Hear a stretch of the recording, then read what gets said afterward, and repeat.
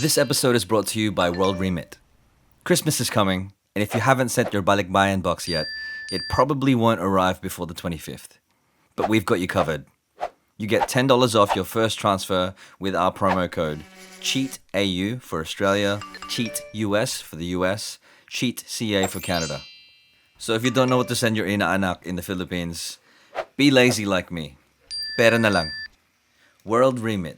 Easy money transfers to the Philippines. You know what I want to really get into? Besides drums? I want to get into your... drums. Your breakup with Sydney.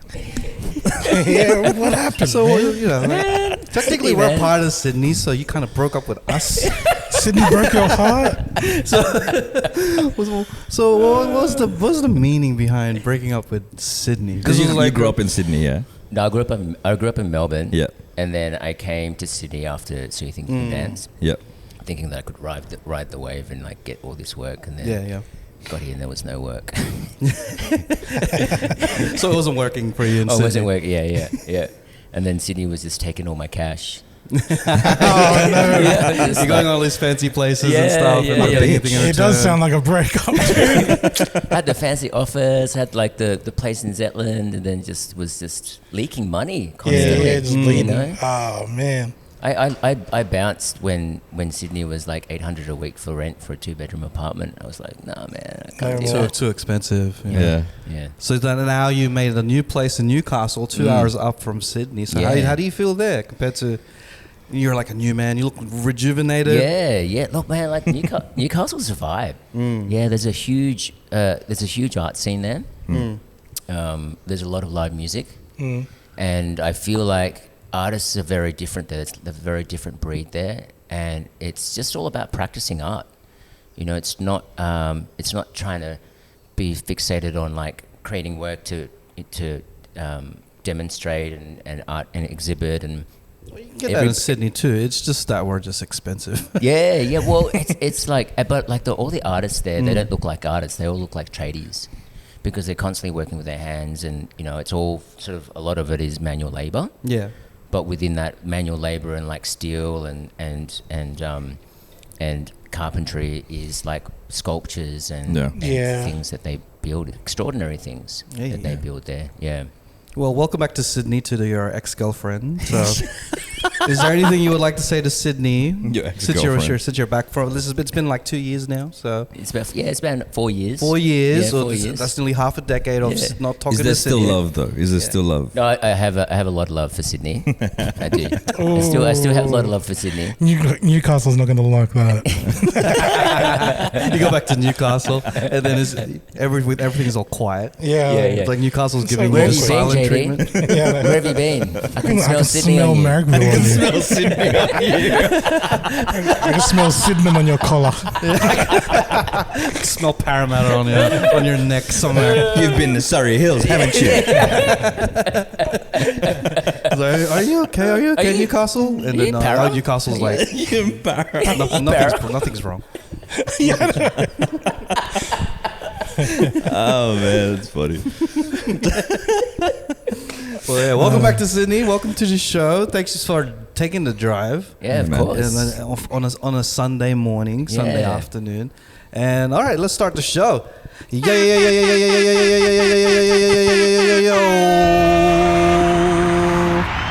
Welcome to another episode of the Cheatcoders podcast. My name is Raph. This is episode number 254. 254. And I am here with my usual suspects of Don having the best season of his life because he likes to take his sleeves off and be half naked. Mr. Don doing stuff. What's doing? Plays guns. And on to my right is Mr. Worldwide. Mr. Worldwide. Mr. Beige Hat, recognizable anywhere in the world. Mr. Christian Garcia. Hey, can we put the attention back on Don's sleeves? Look at those sleeves, bro. When he walked in, I was like, oh, it's that season. Do you know who he reminds me of? Don Gunn. Who's Don Gunn? But he sounds like Yeah, Is it his top Guns, Don Gun? Oh, Top Gun, yeah, bro. Don Guns. It's his first time on the pod, and he's gonna fit right in. He's gonna fit right in, just paying me out about my guns and the sleeveless, Yeah, man. man. Each gun is a wingman right there.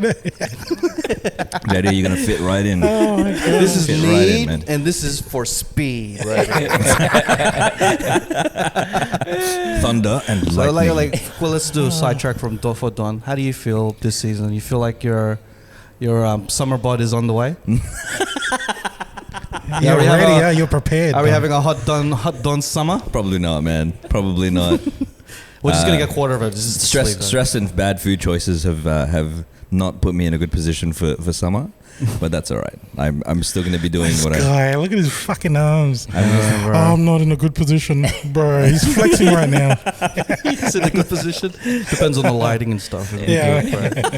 I need some oils. But then, Some oils. but health is more than just what like the muscles and all that stuff. So just keep that in mind to everybody watching. How many hours were you in the gym this morning? I actually didn't go to the 3 gym. or 4. I actually took more time to rest because You were in gym last night. the older yesterday, yeah. Yes, The I knew it. the older that I get, the harder it is, or the longer it takes for me to recover from stuff. I feel like he's trying to prevent us from being the fit people in the podcast because I saw that he had a box opening of fitness gear. Yeah. And he was addressed to the Cheatcoders, I'm pretty sure. It was addressed to me, thanking me for doing the stuff that we do on the Cheatcoders. Yeah, so that means your gear is our gear. Okay, you guys can use the gear if you want to. Was it gym gear? I don't want it. No, it's all good. I'm waiting for the food. It's all good. Bro, I wasn't in the gym this morning because I was recovering from yesterday. I had chicken and spaghetti. And as my age progresses, it takes me longer to recover from that. So this is a special episode because we have a Special. special guest. Special. He is a filmmaker. He is a dancer. I'm a bit starstruck because I used to watch So You Think You Dance back when I was like 12 or something like that. I'm making you feel old now. But I remember seeing you on TV and be like, hey, that guy's Filipino. He's like me. And I'm trying to dance. Do you remember that? Oh, he's the Filipino He's Neo. the Filipino. Sorry? Did you ever do the whole he's the Filipino Neo? Yeah, When because he- you get the hat. Yeah. That was the thing for us at the time when it was on. It was like, oh, it's the Filipino Neo. He dances like him too.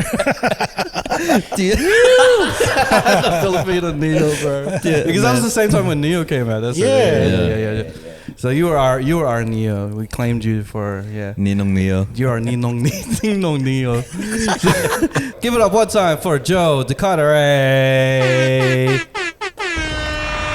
Shout out. Can you hear the round of applause in the air? Right, smack your shoulder. Welcome, man. Welcome to the show.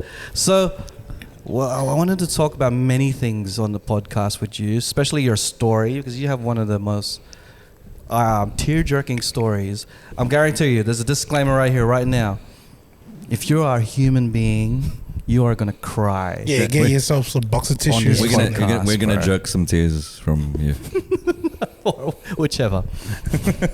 But you are gonna. This is gonna be a tearjerker one. You know, like this is gonna be like we're a podcast that we're used to comedy and making jokes and stuff. We'll still have that, but you know, I might give you a bit more tears and stuff. So I wanted to get you on the podcast to talk about your story, talk about your upbringing as well, because this is pretty different to our upbringing as well. And also, I wanted to talk to you about your favorite dance moves. You know. Okay. And also your favorite films as well, because like you're a filmmaker. So what came first? Was it the dancing or was it the filmmaking? It actually was dancing and acting. Okay. Yeah.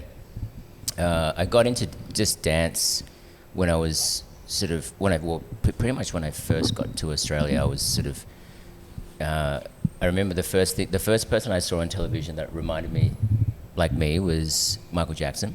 And so in Australia, all these white people around me, the only brown brother that I could sort of be mirrored by was Michael Jackson. That was when he was brown. Yeah, at the that was when time he was still. brown. Yeah. It was like the Thriller, the Beat It. Yeah, It was like so pivotal in I didn't even know. I didn't even know you were that old, bro. Yeah, bro. You look young as hell, I'm 65, bro. You're not 65. You look young. I thought you were like at least 5 years older than me. I'm 35. Yeah. Like I thought you'd be like 40 and stuff, but you're No, saying that. I'm 43. 43, man. Yeah. Bro. This guy look like he's 28. The youth, the fountain of youth. You found that it's probably in Newcastle, bro. I thought. Asian no raisin, man. Asian think I no need to go to raisin. we should Newcastle, move out bro. of Sydney, bro. Bro, so like you found Dance Through Michael Jackson. Yeah, through was Michael there a Jackson. particular music video that hit thing? Oh, it was definitely Billie Jean Yeah. when he was stepping on the the tiles. the The tiles tiles. lit Yeah. up, you know. And Thriller, you know, Thriller was just I remember it was scary when I first saw it. The intro. Yeah, the intro. But I used to be scared so much of that thing. We had the VHS of it. Yeah. So like I would always try to skip it, but it's not DVD. You can't skip it, right? No, yeah, so you had to fast forward yeah. through it. So you still see like it. this. Yeah. I was closing my eyes, fast forwarding it Yeah. until it reached to the next music video. But How many Yeah. times as a kid did you walk on the sidewalk and pretend that you were in the Billie Jean film clip? all the time. Yeah. All the time. and how disappointed were you that the didn't tiles light you up. stepped on it didn't light up? It's like, bro. Let's get a flashlight. And it was hard to do the moonwalk on cement too. You know, Ah, it wasn't- yeah, yeah. it Was that the first move that you tried to learn? Yeah. Yeah. I remember when I was a kid and I did like a dance show for a graduation thing at school, and the dance teacher told me to do the moonwalk at the end, and that was like, I feel like that was the time. And a moonwalk for me was just like I did it every day at home. Yeah. But it was the first time people had seen it in a public forum, and they just went berserk. Like outside of Michael outside Jackson of doing like, it. outside of this little box that I put myself in, was just so consumed about dance. Yeah. And this dude that could just move in a way that just fascinated me, you know. I picture him at home, like doing the moonwalk and then fixing his bed, doing the moonwalk, brushing his teeth, doing the moonwalk, just That's pretty much it, eh? Yeah, it was amazing. And His then shoes are always worn. yeah. And when you're saying like some of my favorite films, do you remember Moonwalker? Yeah. Yes. That was, man, that blew me away. Yeah. Because I'd never seen him. I mean, and it blew me away because he was white back then. I was like, whoa, how did you become white? Because I wanted to become white when I was growing up. You know, like when I first came here, I was like, all right, I want to be Aussie. I'm just going to be white. You know, like Yeah. you guys could relate to that. Like, it was like everyone, Yeah. you know, you thought Especially you could be when you're more, surrounded by it. totally. Yeah. Yeah. I want to dive into that a little bit more. But Yeah. did you ever play the Moonwalker game No, on was there a Sega? game? It was like on Sega Oh, I Genesis. remember that. Yeah. Yeah, it was a game where you walk around and you would attack the other like the enemies and stuff by doing the kick that he does. Yeah. Does the- It was like Double Dragon, but Michael Jackson. yeah. It was so good, man. Lasers and shit. But yeah. Did he have a superpower where he could like go from black to white and switch between the two Michael Jacksons? Oh man. Have you seen this is a little sidetrack. Have you seen how how When you want him like to, run faster, you make him turn black. And then when you come across like cops or something, oh, I gotta switch back. It's the big boss. It's the cops. Have you seen there's been TikToks and stuff about Dragon Ball Z? It's like, why does this guy need to have blonde hair and blue eyes to beat his villains and stuff? I'm like, you should just be your normal self type of thing. But like, yeah, so wait, back to you and our favorite films. So Moonwalker was one. Yeah. That was kind of like your You Got Served, eh? Because I remember when You Got Served came, it like birthed a lot of dances. People be like, oh, Yeah. I want to dance like that. You Got Served. Yeah. Well, no, I think, so Moonwalker for me it was the first time I'd actually seen him live. So the first part of it was just a music video with all the, like a highlight reel of all the shows that he did live.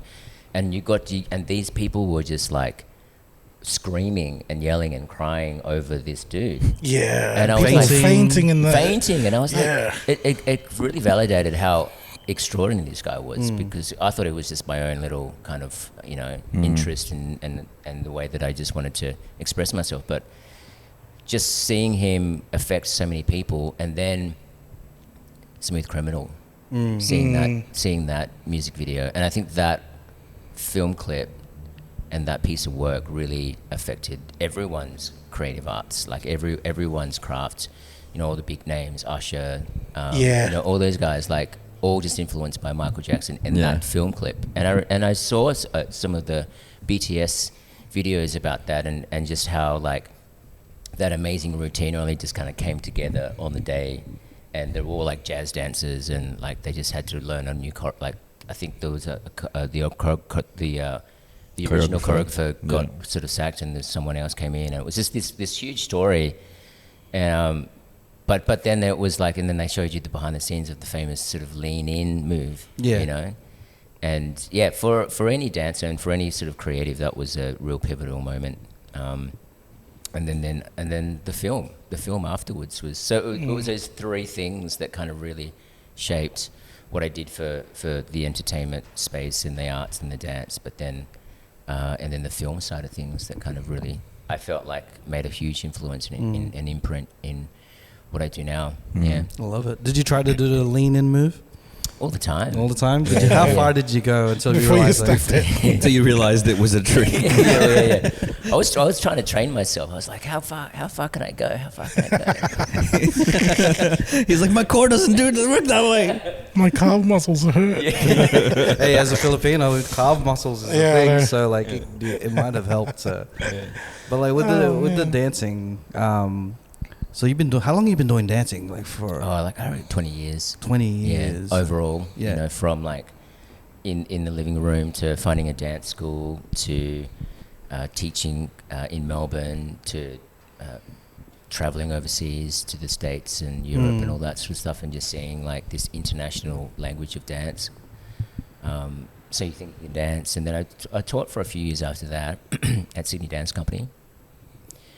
And then after a while, I just my brain was in something else, and I really wanted to transition. And you know, dance was my love, but it wasn't sustainable, you know. And I think that like when dance or your hobby becomes your primary source of income, and then like you have to do everything you can to try to survive. Oh yeah, passion kind of gets put aside. It's just not fun anymore. It's not fun anymore. Oh, that sucks, man. When you're dancing for bills. I know. I was like dancing with my fines. This is for my rent. You're like practicing the lean in. It's like, I've got to do it for my electricity. Got another speeding fine this week. No. You're trying to step on the lights, but they don't light up because you haven't paid the bill yet. Ooh. You're at the bank. You're just doing moonwalks. It's like, how about that? Can I get a loan now? It's like, no. It is hard to try to like work with your passion and turn it into something that is lucrative. I remember trying to make music and make that my one thing, and there were times when I was just like, I don't want to do this today. I don't want to make music for this reason. Was that the same feeling that you got when you were burnt out from dance? Was that what it was? Yeah, I think so. I think it was. Well, I think I kind of wanted more. I think like it essentially, like. The dance was just the limit, like one part of something bigger. Yeah. And although I really treasured all those experiences, and it took me around the world, but I was ready for something else. And then I'm just being exposed to different things like television. And I remember So You Think was a real pivotal moment, because being like in front of the camera and then seeing the whole team that's required to run a show, that just blew me away. Okay, so that kind of like planted a seed into your next part of your journey. Yeah. And all these like, you know, these guys with big steady cam vests and rigs and stuff like that, like like moving around on the stage, and was just like, it really, and just seeing, and then also seeing like from being in front of the camera, then seeing what actually was edited and packaged. It was like, wow, like. It really opened the storytelling kind of like fire, you know, like so, and the way that it affected me, because it's like after struggling so much as an artist, and then just to see this sort of progression and knowing that how hard it took to get to this point was just a big validation, you know. And it moved me into a point where it's like I don't know what it is yet, but that's whatever I saw there. I want to kind of replicate. Yeah. And do for other people. That's awesome. I want to like get to your next part of your journey, like a little later on. But I want to talk about how you got like. Can you talk about the beginning of your story? Like, the beginning parts of your story. So you grew up with in Australia with what culture was your parents again? Aussie. Australian. Yeah. Australian parents. So you were adopted as a child. And so can you talk about that story, like the beginning parts of it? Yeah, sure. So when I was 5 years old, so first of all, I was born in the Philippines, and grew up in my sort of first 5 years of my life in the Philippines. So creating those pivotal experiences growing up, and then one day my mother wasn't in the house. This is what I remember. One day my mother was in the house, and I went up and sort of went out to the street to look for her, and literally just thought she was going to be around, just next door with the neighbors, and I kept walking and wandered off. And after a certain amount of time, I looked back and just had no idea where I was and how I was going to get back. So I just kept walking and then realized that I'm lost. And then somehow I ended up at this market in Quezon City. And from there, someone had found me missing and took me to the police station. And then from the police station, I was transferred to a detention center for a couple of weeks. And then from there... At 5, they put you in a detention center. Yeah, they realized I wasn't supposed to be there. So from there, they took me to an orphanage. Oh, okay. Yeah. Oh man, I was like, dude. Yeah. You're a kid, man. I know. Well, I think it was this protocol, I guess, and a lot of people or kids who kind of were in trouble with the law from the police would go there, so they realized that I had done nothing wrong, and then they sort of sent me to an orphanage in Quezon City where I lived for 18 months. Okay. Yeah. Yeah. So it's wild. It's like I'm not even supposed to be here. Yeah. And just some sort of pivotal experience in my life just kind of changed my whole trajectory. And I remember in that orphanage one day, like two white people walked in, and they were like white as ghosts, and they was really tall as the trees. Yeah. And they looked pretty scary, but then as they kind of approached me and as we got talking, they kind of seemed nice. And I remember they spent some time with me, and they spent some time in the orphanage, and then all of a sudden my carer at the orphanage said, "Would you like to live with these people?" And I think at that point I realized that these people were actually giving me an opportunity to live somewhere else, and I said yes. And so at 5, yeah. During that whole, how long were you at the orphanage for? 18 months. Was there any moment where, like, maybe people from the orphanage tried to help locate your mum? Like, yeah. So they for the first 6 months I was there, they were looking for my biological parents, and they used different types of media, radio, television. They didn't. And oh man, nothing. That's crazy. Nothing. Yeah. And this was in the 80s, huh? Yeah. It's a very different time too, like, because it's hard probably for a lot of people to imagine what it's like then, but like there's no Facebook back then. It's not as connected as it is now. Yeah, dude. It really was like a mission. It was like literal like posters. On walls type of thing. And part of that was like I realized that a lot of people back then they realized that like just because I was in an orphanage doesn't mean, because people back then realized that people back then thought that if you were in an orphanage, your parents didn't want you. Whereas my birth mother didn't realize that people also got lost and ended up there. So she wasn't even looking at orphanages. Right. Oh, okay. Yeah. That was the mentality then, that the kids at orphanage were usually like had been abandoned, or their parents didn't want them. Not someone that has, so they were checking police stations, and back then like paperwork didn't really exist. Bro, that's a fucking nightmare. Like just thinking about I guess as much as it was like a shitty situation, he got lost. The person that found you and brought you to the cop shop actually did the right thing and bring it to the cop shop. Yeah. Do you know what I mean? Yeah. Because just hundreds of kids go missing every day. Probably 10 get sent to the correct place where they can find, like, help them out and locate, but no one hears about the 90. Yeah. Do you know what I mean? Yeah. It's such a scary thought. Do you know where you were before? Like you ended up in Quezon City. Do you know like which province or like how far did you walk, man? That seems like it was only a few kilometers from where my mother lived, where I was living in the orphanage. Yeah. Yeah. That's crazy. Yeah, it's crazy.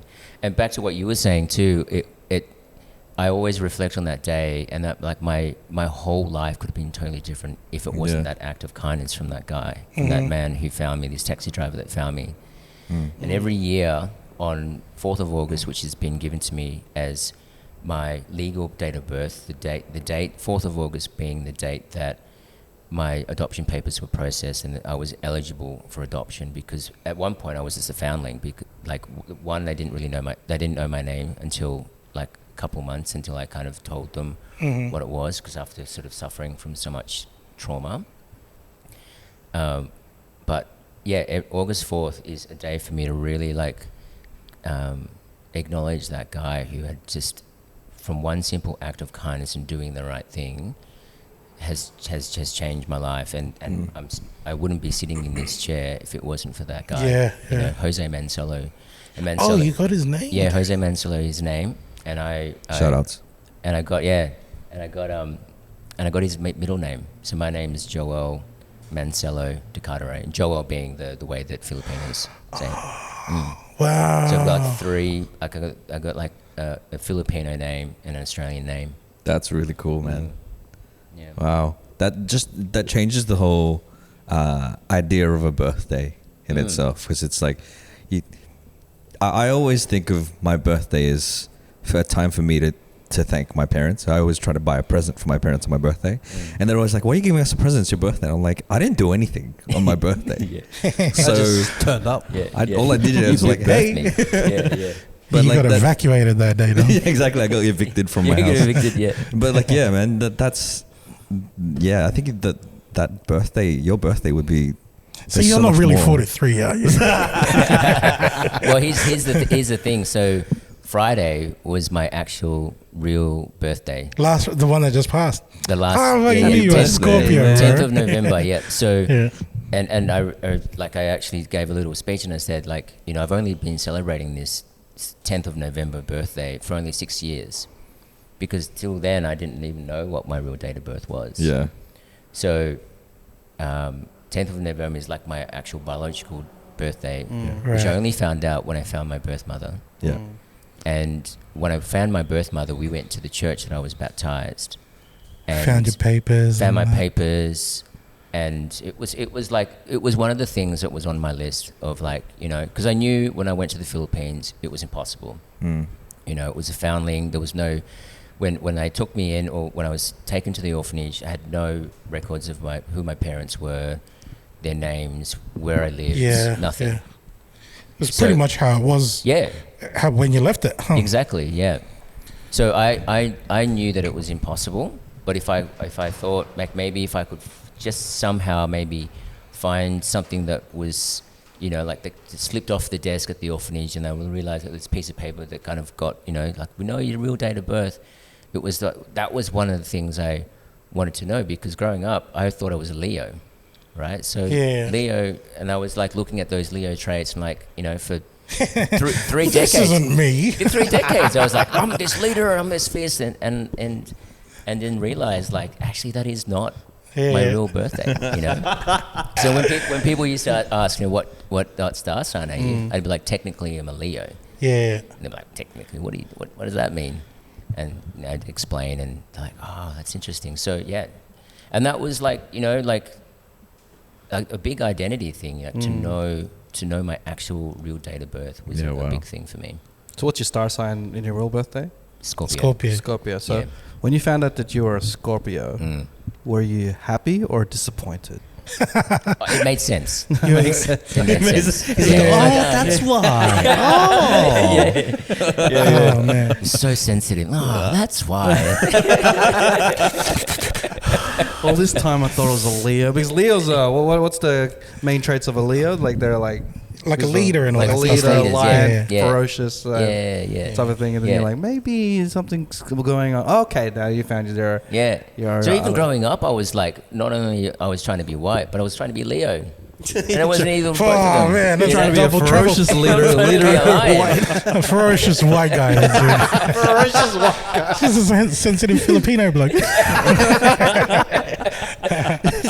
we kind of skipped a lot there though. So you found your biological mum, and that was back in what, like, was it 2017 or something like that? Yeah, 2017. So it was only, What was the lead up to that? Because you mentioned that you were living in Sydney, you were teaching dance, you were burnt out. Yep. And then where did it go from, like, oh man, like this passion, like it kind of feels like you've been betrayed by this dream of like, I'm going to do this for life and stuff. And then you went and pivoted to, I need to find my mother. Yeah. You know? Well, I think there was two. Also, it wasn't the star signs. I thought it was like, this. I thought it was like, this Leo thing doesn't make sense. Maybe I should look for my birth certificate. Find out my It was real more birth than just sign. the stars. Did you go through any of the other star signs and just went, maybe that's me? Maybe my birthday's here. Maybe I'm a Capricorn. Like, I don't know. No, didn't know. No, I was like, I don't know. I have no idea. Like, Scorpio was the best one. So what was the spark that got you to be like, all right, now I got to look for my biological mother? yeah. So I remember 2017 was the year that I went to Thailand to shoot a documentary series on a non-for-profit, Hands Across the Water, that does a lot of work in orphanages in Thailand.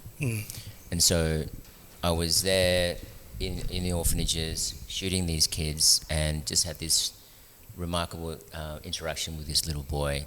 And I remember him looking into my eyes, and I was like, man, I just saw myself in this little boy.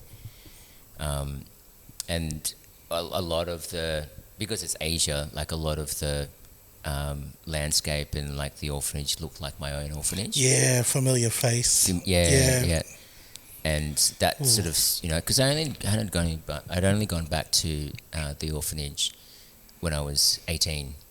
So that was the first time I went back, and that was a pivotal time because I was like, after that experience going back to my orphanage, I was like, man, I'm just gonna like, there's one of the first Filipino words that I remember in Philippines was sayang. It's like not to waste. Yeah. And I came back to Australia and said, I'm not going to waste this opportunity of being here. This is extraordinary, and I'm just going to just do everything 100%, anything that I do. So you went back to Philippines and visited the orphanage at the age of 18. 18, yeah. At that time, were you thinking like, do you reckon they found my mum yet? Or, was there a... Well, at then, like the only kind of search that we did with my Australian mum was we looked up Jose Mancello in the phone book in the Philippines, and there was no Jose Mancello in the phone book, and that was it. So even going back there was like there was no chance of finding my biological parents.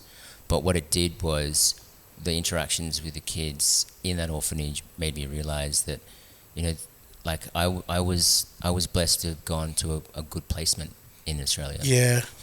And I was given all the opportunities that any kind of kid in the Philippines would have dreamed of, and I was in a safe and permanent home in Australia. Like I've met a lot of adoptees, and some of the placements that they've had have been so challenging. Yeah. And I was lucky to find the arts. I was lucky that I grew up in Melbourne, the arts and culture sort of capital of Australia. So I was really influenced, and I found my belonging in my tribe in dance. Far out, man. Yeah. So what was your first step? My first step was just to book the trip. And once I booked the trip, then I did a lot of research, got a lot of psych support, A lot of organisations supported me, International Social Service, Adopt Change, which are these organisations that I'm ambassador for and involved in, because I want to be doing work in that space. And then my two steps was going back to my orphanage and going back to the market. Mm. And I spent about a month and a bit in the market and found my first lead. And this was just like handing people like a little note saying, "Do you know this kid?" Yeah, kind of. Yeah. So I had a Filipino translator when I was there, and I said, "What's the best way to kind of get my story out there?" And so we made a flyer with the picture of of my first photo in the orphanage that was taken when I was 6 years old, and then some of the key dates where I sort of went missing and when I was found, and literally just handing out flyers all around that market, and we made these big banners. We put them in churches, because around about that time when I went, it was like November, December. It was sort of coming up to Christmas, so I knew that there was going to be a lot of people going to church. Some people go to church like 5-6 times a day there. Yeah. So I thought churches and the market. Mm. Yeah. How did you feel going back to that market? Because that's the place that really changed your life direction into something else. So, like, how did you feel first time you stepped back into those markets? Like I thought I had this sort of like image that like I'd perhaps just by being there and just smelling the market and having just like literally just see what the environment looked like, that I thought I'd some memories would come up. But yeah, there was no memories whatsoever. And it was almost like, this is going to be hard. It would have been completely different. It was different. The vibe would have been different. Yeah. Different layout and everything. Yeah. A lot of things change over 30 years, man. Yeah. Well, they like records, they don't keep records there past 10 years. So I had no chance of finding my records and the police station that I tried to look for where I was sort of taken, that didn't exist anymore either. So yeah, it was like I was like, I knew it was impossible, but this was kind of like disappointing. Yeah. It's so disheartening, dude, because you've got this goal, you go there, the place looks different, the cop shop's not there anymore, like everyone, just the idea of like, they could have moved away, you know what I mean? There's so many things that got to happen in 3 decades. So it's just like it's like the whole place just didn't exist type of thing. Like everything's changed to a point that it's like, man, I don't even remember anything about this. So, what was the following step after that? Trying to get out of that like little rut. Well, like I just realized like I'd met someone there who kind of gave me little bits of information every time we went there. And one thing that I sort of understood about the Philippines is that you actually got to ask the same question in 5 different ways to get different answers. I do that with my parents all the time. Yeah. I asked them like, what do you want from the shop? Bro, that's that conversation. Yeah. It never goes anywhere, but yeah. And like, this vendor knew of a kid that had gone missing. It was a family member of their family, and I was just praying that that people would remember, in a community when a child goes missing, it rocks a community. People don't forget that, So I was just hoping that someone would remember. And there was a guy who said, there's I know a family member who'd lost a kid around about that time. We said, would love to meet her, please. I know any kind of, and this was my first lead too. It was like, this just like my heart sort of came out of my chest, and this was like, this could actually be possible. Like, what are the odds? At a market, someone's remembered 1985. That's when went missing, and I met this lady, and her name was Vicky. And the first thing I did was show her a photo of about 12 kids in my orphanage. and she looked at the photo and then scanned it and then pointed at me and said that was Dante. She called Dante. Dante, yeah. So not Joel. Not Joel, no. Oh. So that was a bit strange. And then as we got to know this lady, there was certain bits of information that was a little bit different to my what my adoption papers had said. But everyone was like thinking that I was this Dante, and that Dante came back from the dead, and now he's speaking English, and it was hard. It was like I wanted to believe it, but there were certain facts and figures that just didn't make sense. Wow. And the only way that we would have closure is a DNA test. Mm-hmm. So we did a DNA test, and unfortunately that took like a month. So I was in the Philippines, like meeting their families, getting to know them, spending time with them, and really, hoping that these were my parents. But in the back of my head, it was like, I'm not sure. It can't. Oh, dude, that's so heartbreaking, man. Yeah. They started meeting family and stuff, and they were all going, dude, you came back. Yeah. And then you don't even know until the actual forms, results come back. Yeah. And so what did the results come back as? So the results came back as negative. Oh, like 0%. Not like 50%. Not even like a relative, like a distant relative. Yeah.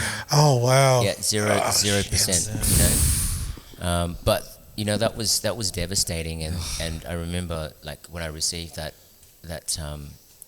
result, I like pushed my flight back forward, and I just wanted to leave, and I just wanted to go back home. But out of that, a local network in the Philippines caught on to my story, and they heard that I was doing this DNA test with this Vicky, and they thought that this could be like an easy sort of you found your parents kind of thing. Mm-hmm. And then during that time, because I'm a filmmaker, I was basically documenting everything. Filming everything. Like I shot a bunch of interviews beforehand, had all my photos and all that sort of stuff. And so for them, it was like it made sense to kind of tell this guy's story because he had done all this work. Mm-hmm. I gave them access to the footage, so they created this sort of announcement on Jessica Soho. I'm sure a lot of people know. Oh, yeah.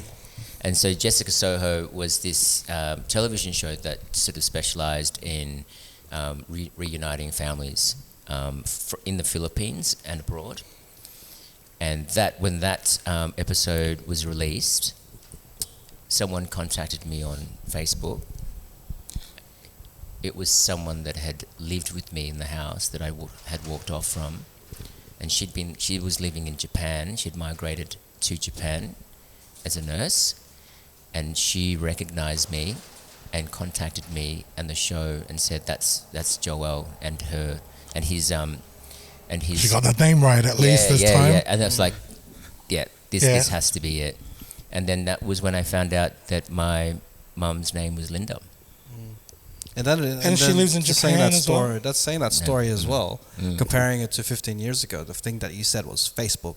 Yeah. The technology advancement from then and now. Yeah. Like you got that immediate response. Yeah. So that really changed things and really trying to find your parents type thing. Like they took 6 months trying to find your parents back then. Yeah. And then now, how long was this process? Probably within a week when that episode came out. Yeah. Wow. But the only way that actually made a difference was that, and you guys know this, like Filipinos who go abroad, they're always connected to their culture.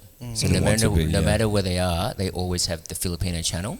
So if this person hadn't had that Filipino channel and wasn't watching all the news and all the shows that was in the Philippines. Right. Oh, they were watching TFC in Japan. Yeah. So Teleseria found your parents.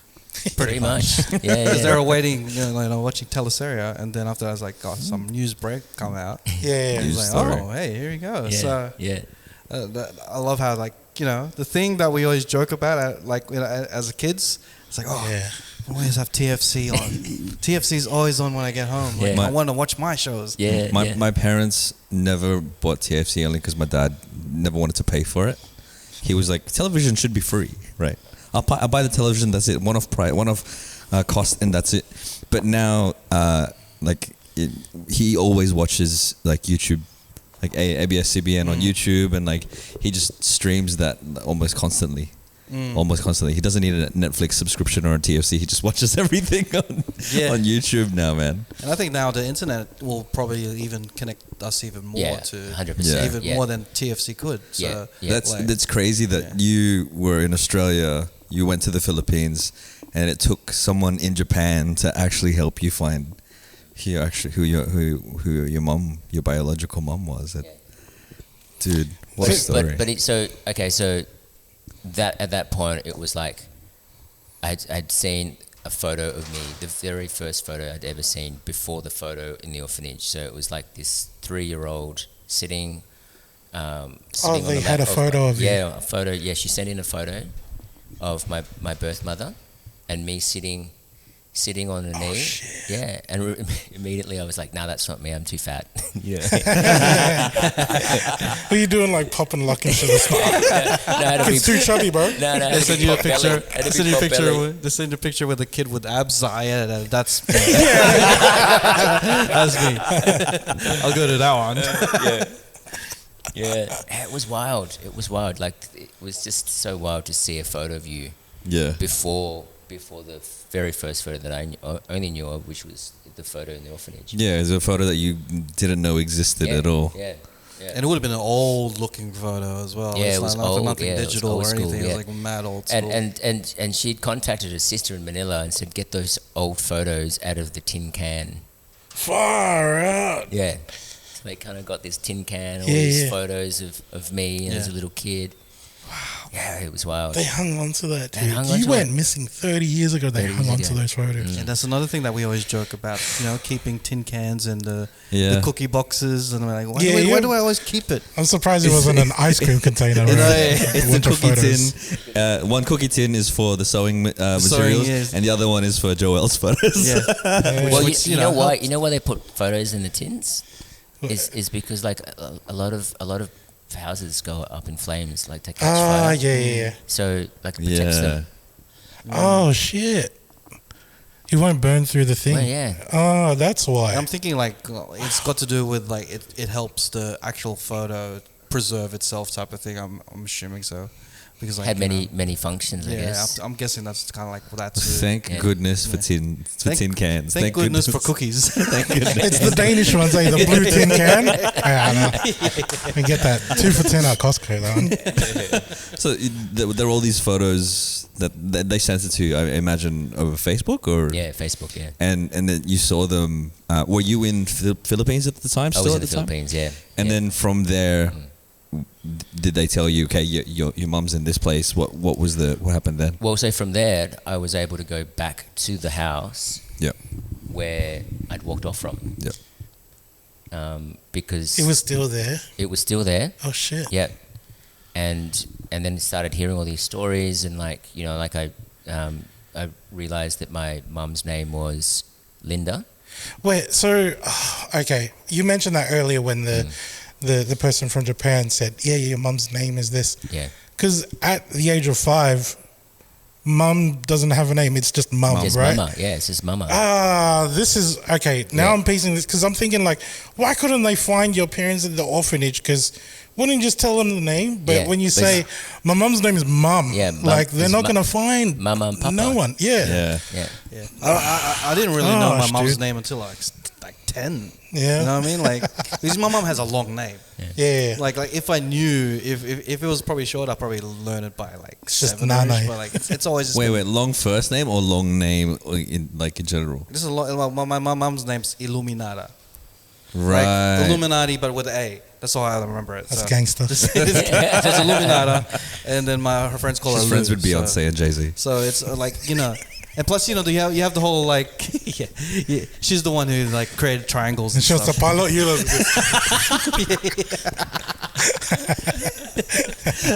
what you call it, like like trying to I didn't even know her name until like 10 and stuff, so I could understand. Yeah, it's like Nani or Tatai. Yeah, so yeah. Wow. Yeah. So that when you got back to the house, I'm kind of surprised at it because a lot of the times like buildings in Philippines just get built up over on top of each other, right? Like things get demolished, a new one pops up. That's why I'm surprised that the building's still there, but that your mum's not living in that house anymore, right? No. But it was in a really sort of poor area of Quezon City, so it was really just a shack. And when I got to know some of the people that used to live there, they were saying that when my birth mother had me, she was looking for a room, and she was begging the landlord to turn this pig's pen into a room so she could live in there with me. Right. So the room that I was actually living in was a pig's pen, and I was living in this house full. I think there was like about 5 or 6 other flatmates. And then I was told that when I walked out of the house, people actually saw me walk out of the house. But they just thought that I was just going to be out in the street, and they just didn't Just realize. playing, kids play out in the street all the time. All the time. Yeah. Far out. So where did you go from there? So you found a house. So I found the house. How do you feel? Was your mum still living in the house? No. So my birth mother wasn't living in the house. She had left. Everyone knew her to be Linda, but no one in the Philippines actually knows anyone's last names. And then I was also realizing that her name might have not been Linda; it might have been just an alias. Right. People call me JD. Yeah. So Filipinos would have a nickname, and then that's completely different from what the actual name is. Yeah, exactly. Yeah. But the first person that I found from finding my house was my biological dad, because we met someone who knew my dad. His name was Ricardo. Yeah. And then someone knew his last name. One of his good friends knew his last name. And so that was like, as soon as I knew his last name, like within a day I found him. I found my brother, and then from my brother I found... Oh shit, you got brothers? I got like half brothers I got 5 half siblings on my dad's side. And did they know that you had been missing all this time? Yeah. Fuck.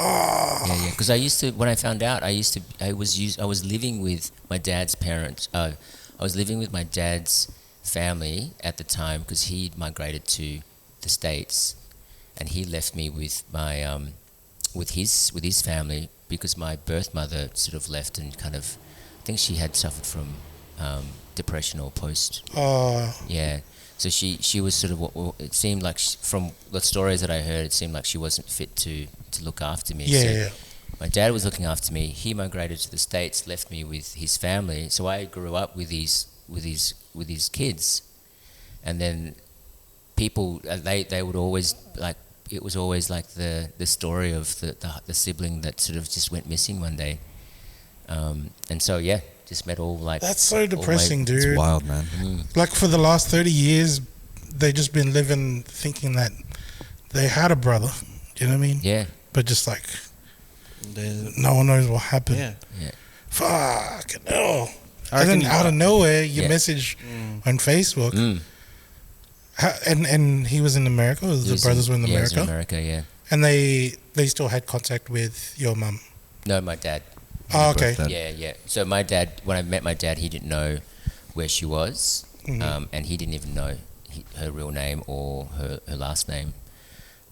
So it was just like, it felt like I was so close, but I still was just so far, you know? You could imagine being like, and I'm moving forward. Yeah. It's like I felt like I was moving forward, but then block. like three steps back, because I had this beautiful photo of my birth mother and me, and I was showing this photo to people, but it was like, this is her, but this is like 30 years ago, you know. So it's like, who knows what they look like now? Yeah.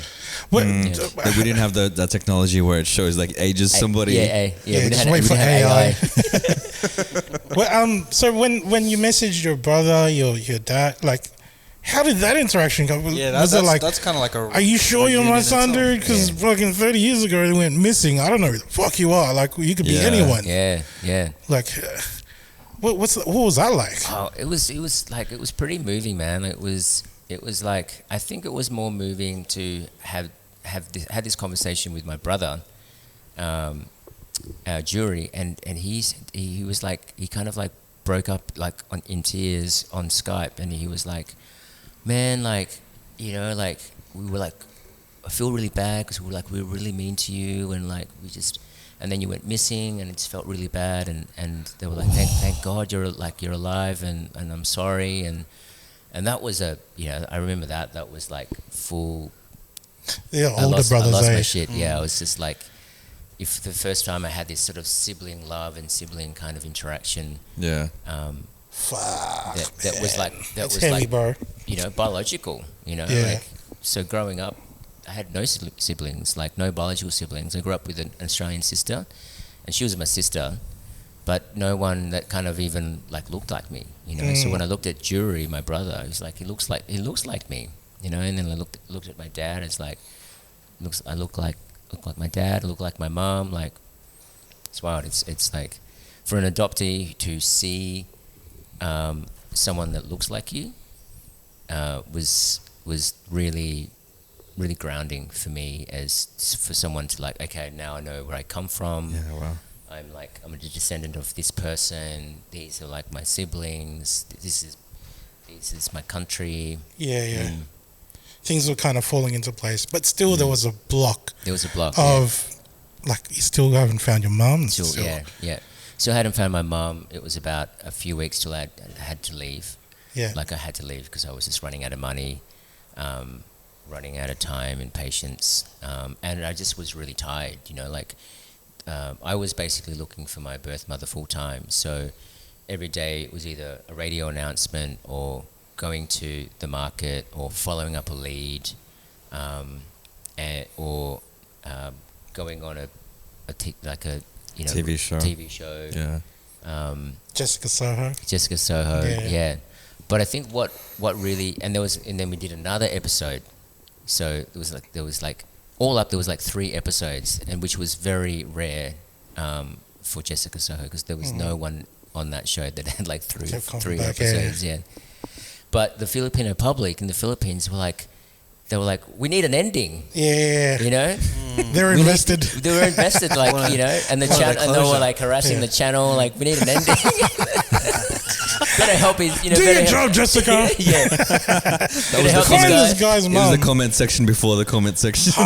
They were writing letters and stuff. Yeah. Angry letters. It's like watching Unsolved Mysteries. It's like, can you just tell me that the killer is like found? Yeah, I know. I don't want the open-ended thing, knowing that Put me out of my misery. Put me out of, you know. At least with Unsolved Mysteries, like there was a TV show, for context, that people watching this, there was a TV show called Unsolved Mysteries. It came in the title. You knew that it wasn't going to be unsolved, but you still wanted some closure. Like, I get it. They're not going to tell me what happened because it's unsolved. Yeah. But yeah. So 3 episodes on Jessica Soho. And was there anything else that came from that? More? Well, I think what came from that was that it became a national story. It hit a lot of headlines, and Mike Enriquez. Do you know Mike Enriquez? He's like really, I feel like he's like the godfather of radio over there. Right. And he just recently passed. So, and it was a big thing for the Philippines, because he's one of the biggest news anchors, radio personalities in the Philippines. So his team caught up, got me on his radio show, and he said, we're gonna get you on the radio show. It's gonna be prime time. You know, if you're not successful here, like, you're not going to be successful anywhere. And out of that radio announcement on primetime radio, I got a call from the producer.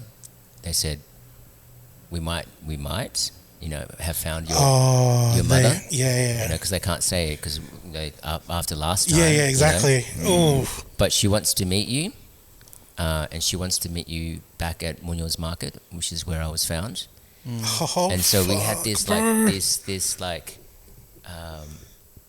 surreal moment of like, not only like they're ready to find my biological mother, but that there was like 7 cameras around filming this sort of interaction, and then like all of the market was just like flooded with people watching, and I just remember this elderly lady coming coming to the left of me, and her name was Herminia. She wasn't Linda. Oh, so Linda was a nickname. Linda was a nickname. Her name was Herminia, and she said, "I'm your mother," and she showed me photos of me when I was young, like more photos, and I, she sort of collapsed in my arms and she was crying and grieving, and at this point I was like, oh, I'm not sure if this is still my biological mum. Yeah. But when I saw her, like the flatmates that kind of lived in the house prior to when I sort of walked out, and they were looking at me and kind of nodding that that's her, that's your mother. That was when I really sort of realised that this is finally my biological mother. Wow. And these photos of me as a kid. You didn't need to do another DNA test. You had the photos. Had the photos. And then there was all these things that she sort of said about me as a kid. Like when I was young, I'd go to her work and I'd be sort of playing with the cotton because she was a dressmaker. And that was one of my main memories of her, was that she was a dressmaker and that she'd take me to work and I'd be playing with all these sort of these reels of cotton. And then when she said that to me, that was the DNA test for me. I was like, this is my mother. This is, because I had all these memories. I had only like a few memories when I was a kid, but that was a real strong memory that my biological mum was a dressmaker. So when she hugged you, was it like just straight up? Fuck, I'm just trying to think how that must feel for her, bro. Because again, 30 years is a long time, and like I can't remember shit that happened. Like, barely remember things that happened to me when I was a kid during the 80s. But like, if someone went missing back then, it just feels like they were gone, bro. Yeah. So it's not just like you were. I don't know if she was even thinking that like you were still missing. It's like you were just gone. Just gone. Yeah. But like gone, but not. Like you don't like fully know that person has died. Yeah. Right. There's no closure there. There's no closure. Yeah. It's just open-ended. Just left in limbo for 3 decades. For 3 decades. Oh my gosh. Not knowing what happened. That's a nightmare for a mom, bro. Like you would have imagined how many thoughts would come to her head. Like, this could have happened. This could have happened. This could have happened. And and I reckon that burden was probably on her for the last 30 years. Like, as a mother, I can imagine being like. The guilt. Every November, bro. November 10. Fuck me, bro. That's torture. Yeah. Did you have any siblings with your mum? Yeah. And two siblings. Yeah. Yeah. 2 siblings. And what was comforting was that, they always knew about me, about about their kuya, who had gone missing, and it was nice to know that I existed, it was nice to know that I wasn't forgotten, and that my memory and what had happened was still in the family, and that was this, it's like when when parents sort of lose a child, like in like a say like if they were a twin or they lost one, or like they lost a previous, like they always, parents go, you had a older brother or older sister, and this is what happened. And so they kind of knew about me, but then just was like just in disbelief that this person came back. And not only did he come back, but he came back with like an accent, and that he became a foreigner. Yeah, bro. This guy's like, he's a foreigner. Just comes back speaking English. And, he's doing the moonwalk. Yeah. Wow. You probably had the tattoos as well back then, or no. These were like these were there. These was after. Because I can imagine be like, oh, he's my son, but I want the tattoos no well, tattoos. Already. You've been in jail, haven't you? You're in an Australian jail.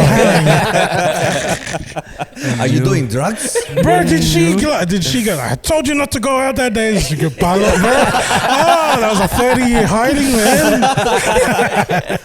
Snappy can stay at home, bam. Always out gallivanting. Always out gallivanting. I'm fired. Gallivanting for 30 years. Ayan kasi. Oh, gosh. Sinabi ko na. I already told you, huh? Oh, man. Wow. But I could imagine being a parent. Like I'm a father of nearly 2-year-old, and I know the experience of, man, am I good enough to be a father type of thing? And my wife is always going through the phases of like, man, I don't feel like I'm being the best mother as I can. And I've experienced that other new parents, they've always had that feeling as well of like, oh, I'm not being the best parent that I can, and always trying to be the best parent that you can. But then situations happen, and then you'd be like, oh man, you always start to blame yourself. So I can imagine that your mother, like when you were going missing, like I could imagine your mother just beating herself up, being like, that would have weighed heavy on her. Like, I'm the worst parent alive. I never deserved to have children, type of thing. Like, because even during having the kid there, you still like questioning yourself as a parent. Like now, I like being a parent myself. I can imagine my parents being like that too. Like just going day by day, just going with the flow type of thing, trying to figure things out. At the same time, it's like, am I good enough being a good parent? And then all that stuff. And I can imagine, like, if I lost my son to anything, whether, like, gone missing or, like, you know, other things, if that happened, then I could imagine, like, myself holding that guilt of, like, being that person. Like, I was supposed to be that person to protect you, but I failed as a parent doing that. And I can imagine that guilt going for 30 years, growing every year. So I can imagine being on your mother's shoes, just thinking that, always reminiscing that day that it happened. And I could see that when the day came where you came back, that would have been a huge burden off her shoulders immediately. And it's so complex though, because it's like it was a huge burden off her chest, as far as that, you know, she could release that sort of guilt of like, you know, having sort of not, you know, it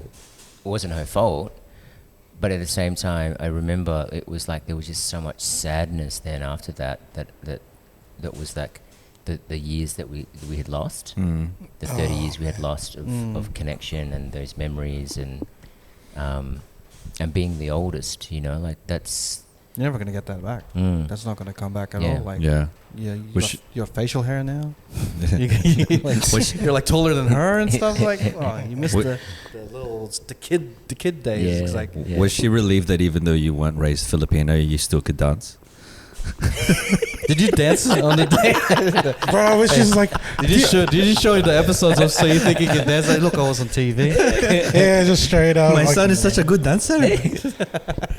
Could you imagine that conversation about age? She's like, oh, you've been in Australia? You've been a nurse in Australia? And she's like, no, Mom, I'm a dancer. She's like, oh. Really? Well, don't worry, I was on TV, Mom. So, how do you get money? Oh, man. The Filipino parent instincts just kick in. Yeah. No, guaranteed. Because you went to her house afterwards, was like you went to her place. I guaranteed she offered you food and like just eat as much as you can. Let me cook for you. Did she tell you that you were too skinny? Yes. Yeah. You got to eat. You have to eat. Just squeezing your arm, hey. Yeah. Just kidding. Yeah. She always messages me, don't forget to eat. Oh man. I can imagine it like after like she's like hugging you, like relieved and all that, and then she whispers in your ear, "You've gone so skinny." Yeah. Too much dancing. Yes, maligo ka na, amoy araw ka. Whoa.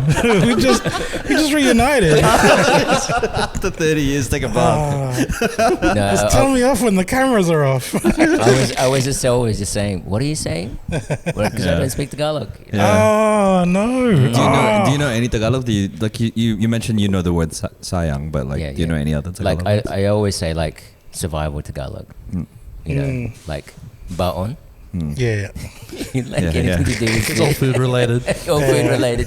Yeah. You probably got that sentence is like, you got to bow on this food or else it'll be sayang. That's true. It's like, now you remember those two words? Like, yeah. Cool. Yeah. But like, you know, like derecho, you know, like just you know, things enough to get you around. Yeah, enough to make him around. Yeah. I got a question about the person that found you at the markets. You know his name. You've named yourself after him. Were you able to find him? No. Oh. Yeah. That must hurt. That's the only person I haven't found yet. Yeah. Yet. So it's not over. You're still looking. Well, who knows? Who knows what could happen? You got time against you. What was his name again? Yeah. Jose Mancello. Mancello. And he was driving a taxi? Yeah, that's what it says on my papers. Jose Mancello. If you know anybody by that name, please reach out. He was a taxi driver like 30 years ago. In Quezon City, man. Quezon City. Far out. It's that's wild. Like when we were talking about how the nicknames and stuff, like it's kind of like well removed from your actual name. So like my nickname as a kid was Bogart, or like shortened to Boggs. And I always ask like my Lolo and Lola that raised me, like, they go, like, how'd I get their name? And she was like, well, we were walking through the market and then we heard a sound that fell in the rubbish bins, and he went bog like many times.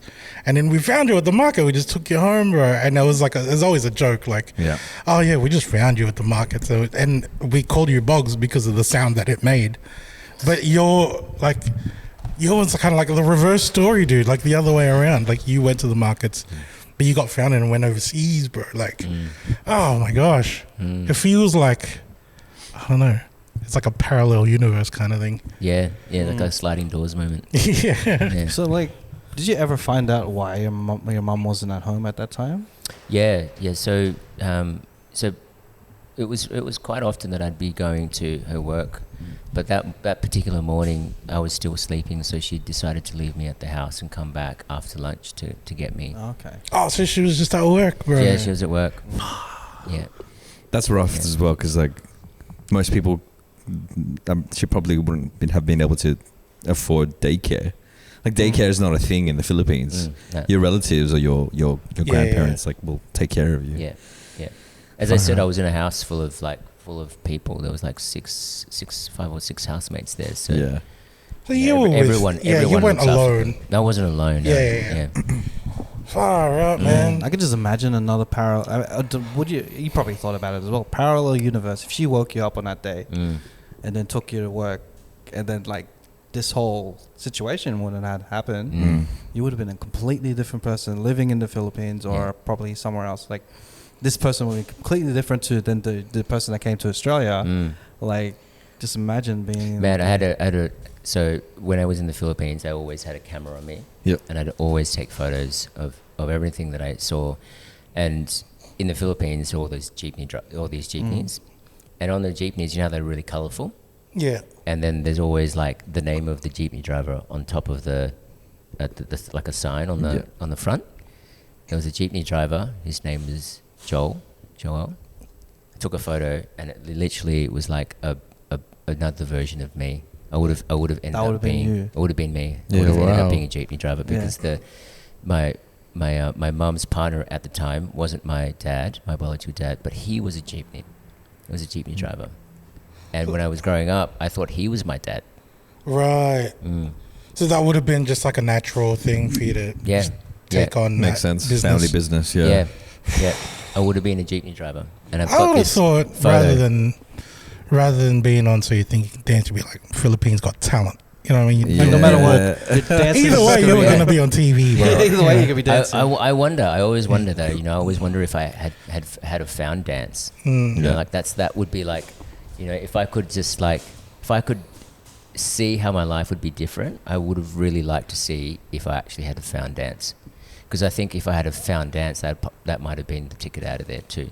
Yeah. Like, was there any TVs in the house or anything? Because like the way that you found dance was through Michael Jackson. It was like, I think you would have found dance through the same way. Because Michael Jackson would still be popping off on TV everywhere. It would have been through Gary Valenciano. Yeah, it would have been Gary V. But like, I'm pretty sure you would have walked past it, and then I reckon you would have been inspired by the same thing, but in a different way. You would have just been doing the moonwalker in Janellas, like in the slippers, bro. In the slippers, the thongs. You'd be one of those jeepney drivers that just wants to be dancers. You're just driving this jeepney, but this is not me. Yeah. So it's playing Michael Jackson in the thing. Yeah. It would have been a tribute to Michael Jackson. The Michael Jackson jeepney. The people riding the jeepney are like shouting "para po," but you can't hear him because he's like, "Way you make me feel para po, para po." You know they have ornaments on the front and like on the hood. Yeah. It's usually like a horse or whatever. Yeah. It's Michael Jackson like that. Or doing the lean, the front lean. That's what the passengers have to do. Like para po. Yeah. So you can hear. But you got the pole to hang on to, so you're right. Yeah. Wow. Yeah, that's cool. Like you kind of got a glimpse of that version of yourself if you were to never have left the place at the time. Wow, man.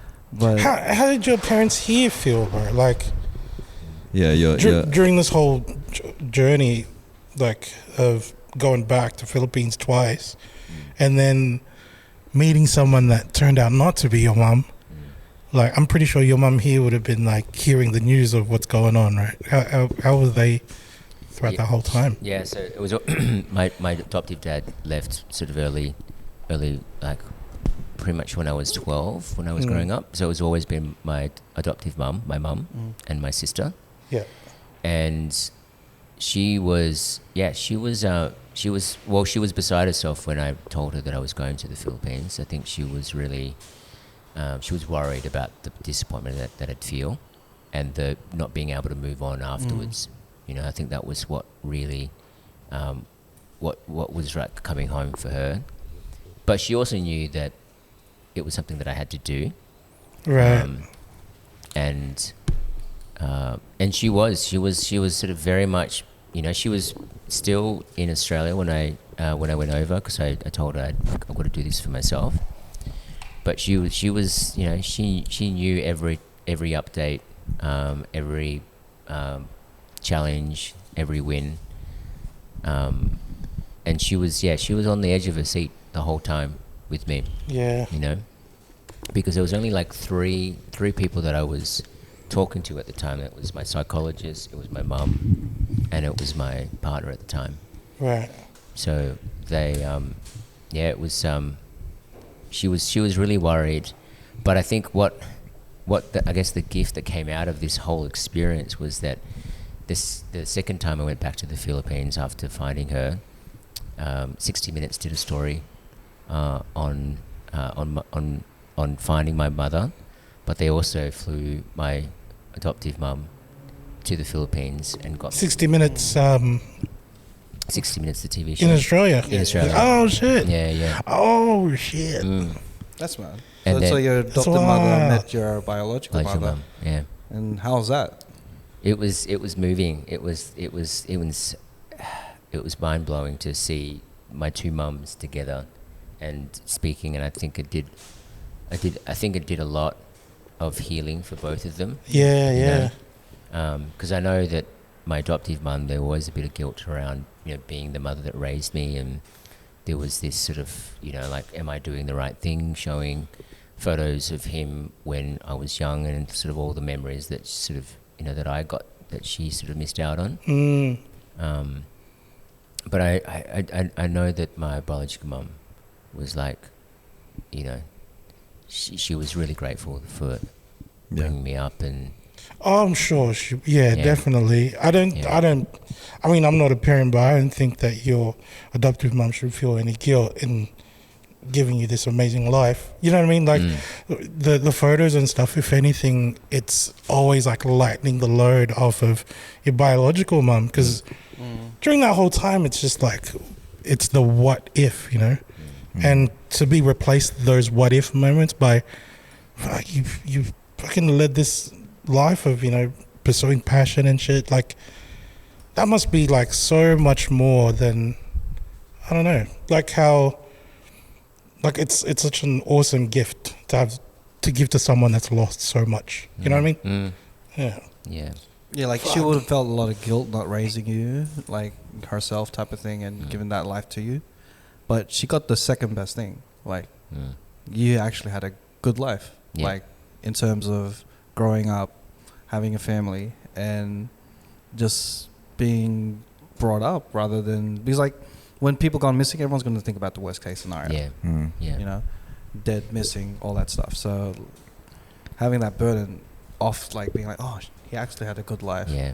And it really just changes perspective on things. So, and I do feel that, yeah, you said it was both healing to watch them both together, and after all that healing and that wholesomeness, kind of like, you know, after time went on, and then that kind of worn off, where you're scared that like, oh, now both my mothers are here. What's gonna happen, type of thing. They're both telling you that you need to eat more. It's like, now they're giving us like giving Start each other snitching to your biological mom. It's like, This guy always comes home late. Never brings me pasal lubong. He's always galabante. you should have seen him when he Never was studying, is always dancing in his room. when he was in high school. There's something that like because obviously you would have grown up in a different upbringing from most Filipinos that live in Australia. When it came to your passion of dance, were your parents or were your adopted parents, were they supportive of that, or were they very much like, because what we're seeing when we've been interviewing Filipino artists, dancers, singers, etc. Parents nowadays are really supportive of that, but when we grew up, it was the complete opposite. Yeah. You know, what was it like for your adopted parents when you were like, I want to dance, I want to do that for a living? Well, initially my adoptive mum was really supportive as I was growing up, but I think I had a bit of a break during sort of VCE days, back like in high school days with dance. But then when I came back and when I fell in love with it again in my early 20s, and then started to pursue dance again seriously, that was when my adoptive mum was like, "What are you doing with? Yeah. Or how are you gonna support yourself? How are you gonna make an income? Dance is not gonna get you anywhere." Yeah. Just like a Filipino Oh, she parent. turned philo more. She turned more philo than you. It was tough. And I remember I got a big job touring with Guy Sebastian, and I was like, okay, this is the time. Like, you know, I've got some time. I've got some buffer time to to quit my job, because I was a Microsoft engineer at Holden. I did this job too, bro. I was in IT. You were there. I was there. Yeah. You were there. Yeah. I see where your adopted mom was coming from. Yeah. Wait a minute. Because the first time around, you weren't an engineer. Second time around, you had the job. Yeah. And then I remember quitting. Right, quitting work, and for like a couple weeks, I'd pretend to go to work. I'd dress up, drive down the street, pull my seat back, have a sleep until my mum would leave, and I'd go back home, search for jobs, do Corey in the garage. Wow. Wait, like dancing jobs? Dancing jobs, yeah. Okay. Yeah, just trying to get my hustle on, trying to get gigs, and trying to make some sort of living out of dancing. And Wow. yeah. How many years is that before, like, so you think you can dance and that popped off? Well, that was like, I think like 2005. I was dancing professionally. Right. Okay. 2008. I think was. So You Think You Can Dance. Right. 2009. Okay. Yeah. You know, like, so you were raised in a white household. And the funny thing that I find is that you still became a dancer. Yeah. Yeah. It's like it's like as if we got the boy out of the Philippines, but we can't get the Philippines out of the boy. Yeah, exactly. It's like dance and creative and the whole, you know, Filipino, like, wanting to be a creator type of thing just followed you to Australia. It's in our genetics, you know. It's like no matter what kind of environment we grow up in, you know, whether it's overseas or you know, like we always have some sort of creative sort of gene that pushes us forward, propels us forward in the arts, in something creative. Yeah. And that's just like that in itself, knowing that about myself as a Filipino, you know, is like, it's a grounding thing to kind of go, you know, I know who I am, and I know, like, even though I was raised in a different country, that I'm always going to be at heart a Filipino. When you did the DNA test, it must have shown up on the report. It's like 100% dancer, Filipino, right? It says it on his blood. Yeah. It's in his genes. Yeah. This guy shouldn't be working for Holden. Well, it was 3% Microsoft engineer. Yeah. Oh, it's 3%. It's so percentage there. He's good at maths still. Yeah. 3% Basic maths. Basic maths. All the Filipino parents back in the day would want a Microsoft engineer. Yeah. But he actually became a dancer too. It's kind of like you just, no matter what the parents are, you're still gonna. You couldn't escape. You didn't tell that to your biological mom, hey? But here's the thing for all the parents, all the parents out there who are really disappointed that their children are growing up being dancers. Like, the dance is just the stepping stone. Yeah. Dance now, like with what I do in film, and it's basically like choreographing in the edit suite. I'm choreographing to music. I'm telling a story. It's like the musical timing and the impulse to cut things. Like, it's just innate. It's not like I have to train that. It's just I like that. It's that phrase that the way you do anything is the way you do everything. And so the elements that you've learned in dance, you've taken into your filmmaking, your storytelling. Totally, yeah. The discipline, like just like the work that you have to do in order to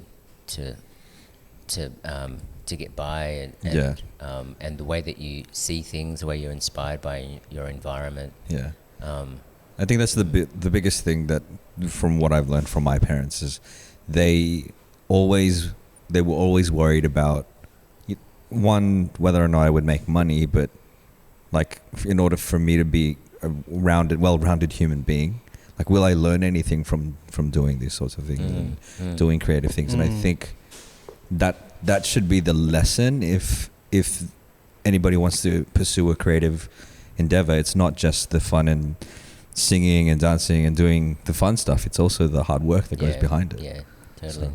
Can you sing? Yeah.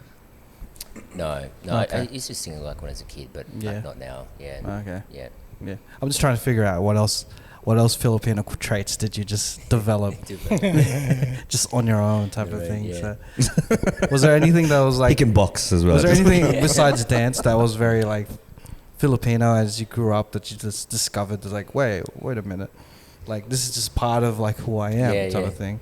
Well, funny you say that. So at Christmas time in Australia, growing up, I'd always loved the pork crackling.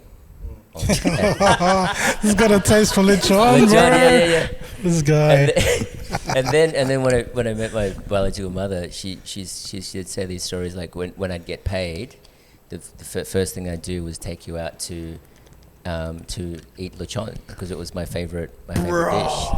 It stuck with you, huh? It stuck with me. Yeah. Fuck. Yeah. This is why you walked to the market. Say you were looking for lechon that day. He woke up, he smelt the lechon. I was like, No. He woke up, he's like, I think my mom went to work. If I'm not there, then I don't get lechon. I heard this smell that mantumas over there.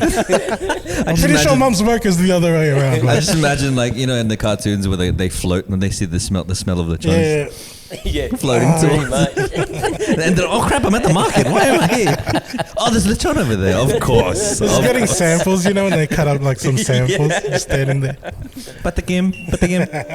He heard like someone chopping the lechon in his ear. It's like they heard the cleaver. Yeah, the cleaver on the thing, bro. I would have done the same shit, bro. Yeah. That's wild, bro. You were hungry for lechon one morning, ended up in Australia. That's crazy. Ended up in Melbourne too, bro. Ended up in Melbourne. Melbourne. See, this is the thing. You ended up in a city where it was so ingrained with art and that kind of culture, and you found yourself pursuing dance, which is like something that's really expressive, and you've got this awesome fucking story to tell that you can express through like the dancing, the filmmaking. It kind of feels like it just went hand in hand, because I got workmates and stuff. Fucking wild stories, awesome and shit. Can't dance for shit. He can't edit a video, so it's like he can't tell that story in a fucking good way. You know what I mean? Whereas you could have done that through movement. You know what I mean? You got the art behind you, but Yeah, man. It's just like it felt like things fell apart, like fell into place. Yeah. Like some people are born to tell stories, and some people are not born with it. Like, have you ever met people who can't tell a story? Me sometimes. And they just go on like and on. reels are heavily edited. It's all thanks to this guy. If you heard me, I was like stumbling, stuttering and shit. So everybody out there who can't tell a story, find yourself an editor. Yeah, right. Find yourself Change a your rap, life, bro. You need a storyteller to help. I get surprised when I see a Cheatcoders Bro, reel. you should Like, see. oh shit. You should see the editing floor of all the stuff that I cut out, bro. Yeah, It's all there. that thing was in shambles in the full episode. You make it sound good. Oh man. Oh dude. Oh man. Did you end up getting your lechon? Huh? Did you end up getting your lechon? Oh mate, I love lechon. Yeah, all the time. Of course. There's a new Filipino restaurant that has opened up in Newcastle. It's called the Palace, and they make amazing lechon and Shout outs. and they actually make adobo which is quite unique to their province. So their adobo is just a little bit different, which is cool. What's different about it? I think it's like it's a little bit sweeter. Got pineapples or something? I don't know. But They put more brown sugar or something in there. It's just a little bit different. It's like I feel like it's not as vinegary and it's like a bit sweeter. All right, we're gonna have to plan a trip to Newcastle, guys. Yeah, bro. Yeah. We'll just hop in his van and just go Yeah, there. bro. You got a hard out van. No, over seriously, you gotta come to Newcastle. There's a lot of Filipinos in Newcastle. Yeah. You know, Croc's there. Like, that's how I heard of you guys. Yeah. Because Croc came on the show. Yeah, we were there in January filming with 7,000 Islands. He used to live there. And but I had a question about Melbourne, right? Like, so while you were growing up, was there a big Filipino community where you lived in Melbourne? Well, not in my area. I grew up in Elsternwick, like Elwood, St Kilda part. Okay. Whereas all the Filipinos were in the west. Mm-hmm. But I started meeting all those Filipinos in the dance community. Right, So all the dance crews So see, were all Filipinos. that's even more evidence that like Filipinos didn't inspire him to dance. He just found it himself. Found it. Yeah. And then he just It was really the dance. What are you guys doing? Yeah. That's it. Oh wow. Yeah. Pretty much. Yeah. You know, what was it like meeting other Filipinos in Australia? So like, because you didn't kind of meet them until the dance thing. Dance thing, yeah. I think, I mean, like I felt like I was very different to them, you know, because they had been raised by Filipino parents, and I'd been raised by Australian parents. Yeah, fuck, that was So I felt a little bit like Of a disconnect. a little bit of a disconnect. But we'd always like have a yarn and just hang out and like laugh and stuff. You know, like this. They treat you any different, bro? Like, No. That's no. good. They were always very. All my memories of like all the Filipino dance crews, they were just all very, very friendly and also kind of like a little bit intrigued of like, you know, how like I looked Filipino, but I was like kind of white, you know. But like every Filipino I met in the dance community was just really, really, really awesome, really kind and. It's all about the dance more than anything else. Yeah, very, very friendly and very open. But because I all lived in the West and I lived, you know, in the South, like, it was different, you know. Yeah. Was there much lechon when you were growing up in Melbourne? No, there was no lechon At all? I didn't. I don't think there was any Filipino restaurants back then. Yeah. Was there Filipino restaurants back when you were growing up? Just like local ones here. Yeah, there'll be local ones, but like it was the mentality of the parents where they're like, no, you don't need to go there when you can. Well, just eat it here. that's why Filipino cuisine doesn't. Get Oh, supported bro, by that Filipino sucks, culture. man. So for the time that you're in Melbourne, Yeah, so you like, didn't have what- no one to like, cook your Philly food? Your adopted parent would try to create some Filipino food for you, or No, there was no Filipino. yeah. So when was the first time you actually tried like Filipino food? Well, the first time I tasted adobo was a mate of mine who was a music artist who was Filipino, and he cooked me my first adobo. And Was that last year? yeah, no, I think it was like I reckon I was like 25, 25 when I first had my Filipino Oh dish. man. And then like because I slept over that night, and the next thing they were doing, they were eating spam and like eggs and rice for breakfast, and it just felt really different for my body. Yeah. Yeah. Because I was like, oh, rice first thing in the morning. Oof. It's heavy, yeah. Oof. Like, Are you used to like cereals and shit? He's looking. cereals and It's a culture shock, man. He's looking at other people's food. He's like, man, your guys' food look like dog food. What is this? What does it smell? I was like, it's yum. Yeah. I was like, spam. I was like, You're eating a sandwich, and it was the first time I'd eaten meat out of a can. Yeah. You know, Like that was the experience growing up as well, where it was spam and eggs and rice for breakfast. But then the older that I don't have that for breakfast all the time, and it's always a bit of a culture shock when I go back to the Philippines, and that's exactly what's for breakfast there. Right, that was my breakfast on Friday. I don't have to go back to like Philippines. my family over there. They'll have food prepared even before I'm awake, and it's just sitting on the table with the fly screen things on top of it to cover it. Whole plate of eggs, whole plate of fried that's the spam, culture shock part. and then it's and the thing. And I walk out, I'm like, I'm not gonna eat yet. So Did you get a stomach bug when you're in Philippines, bro? Because there's no cornflakes and shit. Like, what are you having for breakfast, bro? Nilaga? No, he wants dumbbells and. you know, my favorite breakfast in the Philippines was long silog. Oh yeah. It's like, The silogs. It tasted like Chinese sausage. Yeah, you know, that sweet yeah. sausage. Yeah. When was the first so time you tried good. longanisa? Longanisa. Well, the first time when I went back 6 years ago. So my it's first, right. I really just ate. But that was like that. I think that's a great way to taste your first longanisa, back at the Philippines type of thing. Right out of the sauce. Yeah. I love that you love Filipino food, man. It's so good. Yeah, It's so man, I love it. Like, and I'm always cooking it with to my mates because I'm just, I'm always trying to expose them to Filipino food and culture. Yeah, because you have that experience of not being exposed to it at all for about 20 years or so. Yeah, and I guess that for me, that's a way to kind of reclaim my identity. Yeah. You know, is to share it. Have you bought a Wallace Ting Ting? How old were you when you first used the tabo? So tabo is the a little bucket pail with the A toilet. bucket. yeah to wipe your ass. To wash your ass. Never. No, it's not there yet. You should try it next week. Change your life. Even get an ice cream container. I'm going through culture shock now. Yeah, in most Filipino households, it's funny because I've got one in my place. It's always an ice cream toilet. It's just, but I don't use it. But it's just at the underneath, in my cupboard. Yeah. They all have a bucket where they used to. Yeah. Well, in the Philippines, like when they have a shower, they say, "I'm going to have a bath." Yeah. Having a bath? What do you mean? Like, I thought it's like fill up a whole bathtub or something, but it's the that stuff. That's the tabo. Yeah. They use that to wash yeah, themselves, yeah, but yeah. you can use it to wash your ass after Yeah. dropping the kids and stuff. Yeah.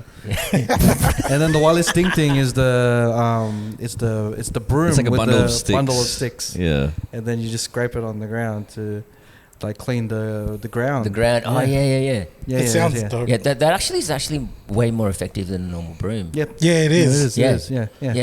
It's just sticks and stuff.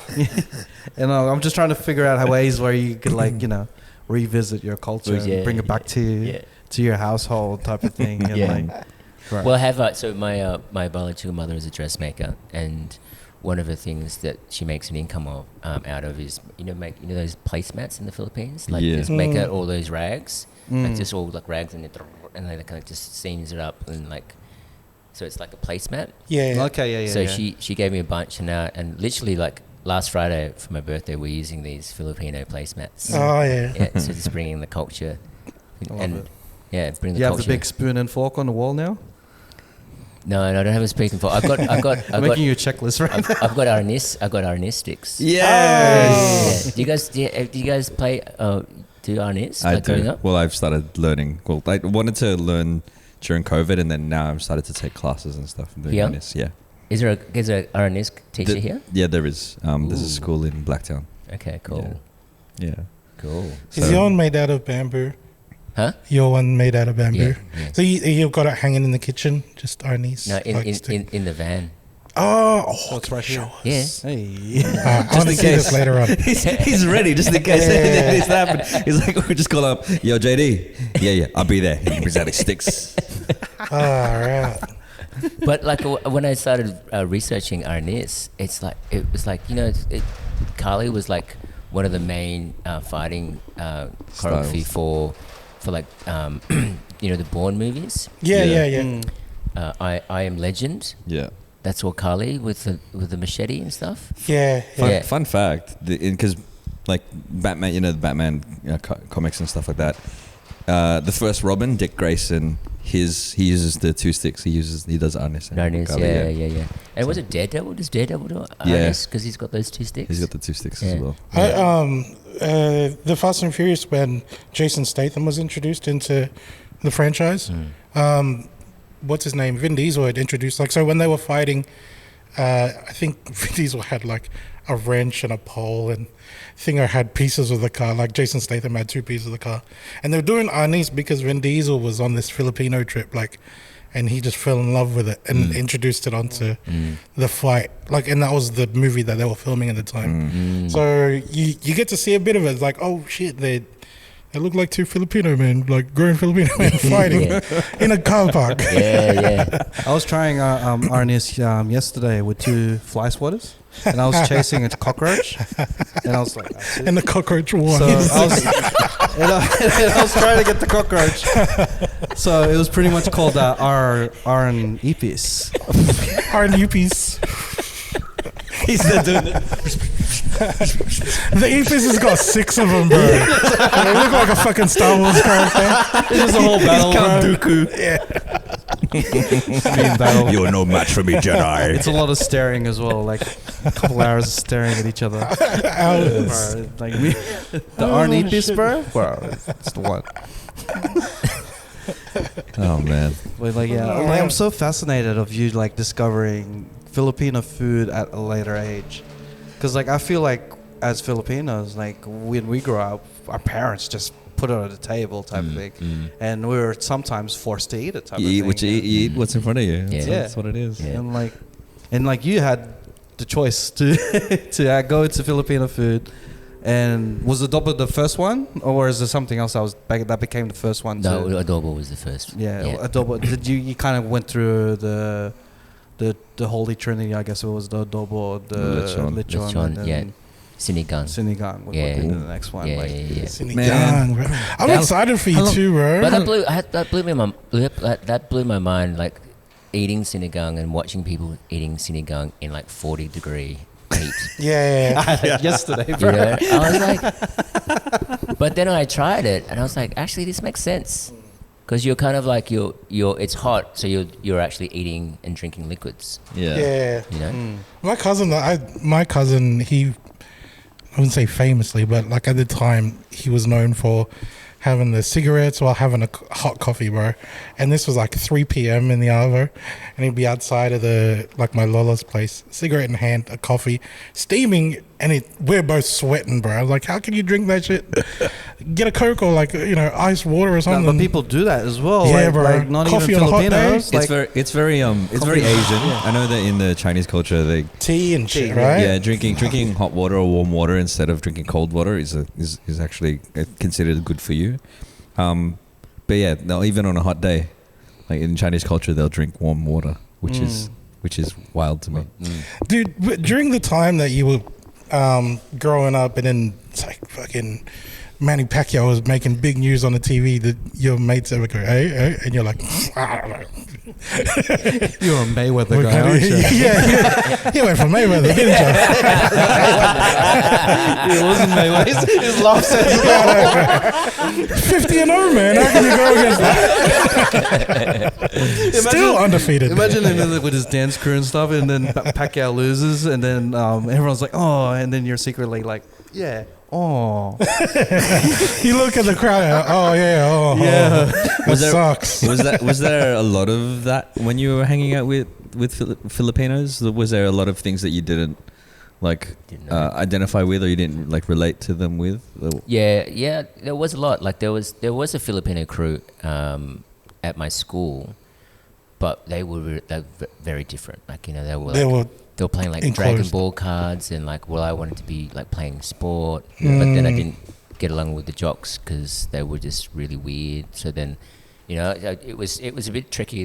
But I think I kind of got to know, out of that, I got to kind of understand how all the different kind of communities kind of gathered, all the different cliques of in the school. So I kind of just hopped in between and kind of just created alliances with everyone. Yeah. But I really kind of just was hanging out with all the rebels at the back of the oval class. Yeah. With Cali sticks, bro. Yeah, Cali sticks. The rulers. Yeah. All right. Oh man. The tattoos you mentioned, you got that after, what would you say, like the time you met your mom? Yep. That's a lot of tattoos to get done, like in a short time. Well, 6 years. Yeah. Yeah. So. Are they Filipino inspired? These tattoos? Yeah. So this my right arm was done by a Filipino tattoo artist, Tatanero. In Philippines In the or Philippines. here? Yeah. So this is more of a contemporary sort of style, and there's got so once I knew where my mum and dad were from, then I was able to kind of do a bit of research and understand that my mum was from Samar and my dad was from Batangas. And then also because I knew my birthday, I knew I was a Scorpio, so a lot of that story is in my tattoos. Yeah. Right. Yeah. And is that by buy-in as well? That's Babayan, yeah. And this is it translates as blessed. Did you have any part in your tattoo that incorporated your Australian side? It's like you have kangaroos on one of the rows or something. There's something cross somewhere. A little koala there. Yeah. Straight flag ready. That's an interesting question. I don't. No? Yeah. But this, and I got my hands done just like, I got this sleeve done probably like a year after I found my In college one diploma. go? Yeah, in one go. Yeah. Man, that's To be honest, I've been looking at your Gangster. arm and getting tattoo ideas because I want to get tattooed. this guy's going to get a tattoo. I'm gonna get tattooed. I need to get it soon because apparently Jollibee is coming soon. So And I have to stick to my word. So he made a bet, Yeah. right, on our show that if Jollibee, this food chain in the Philippines, finally comes to Australia, he's going to get a tattoo of the Jollibee bee on him somewhere.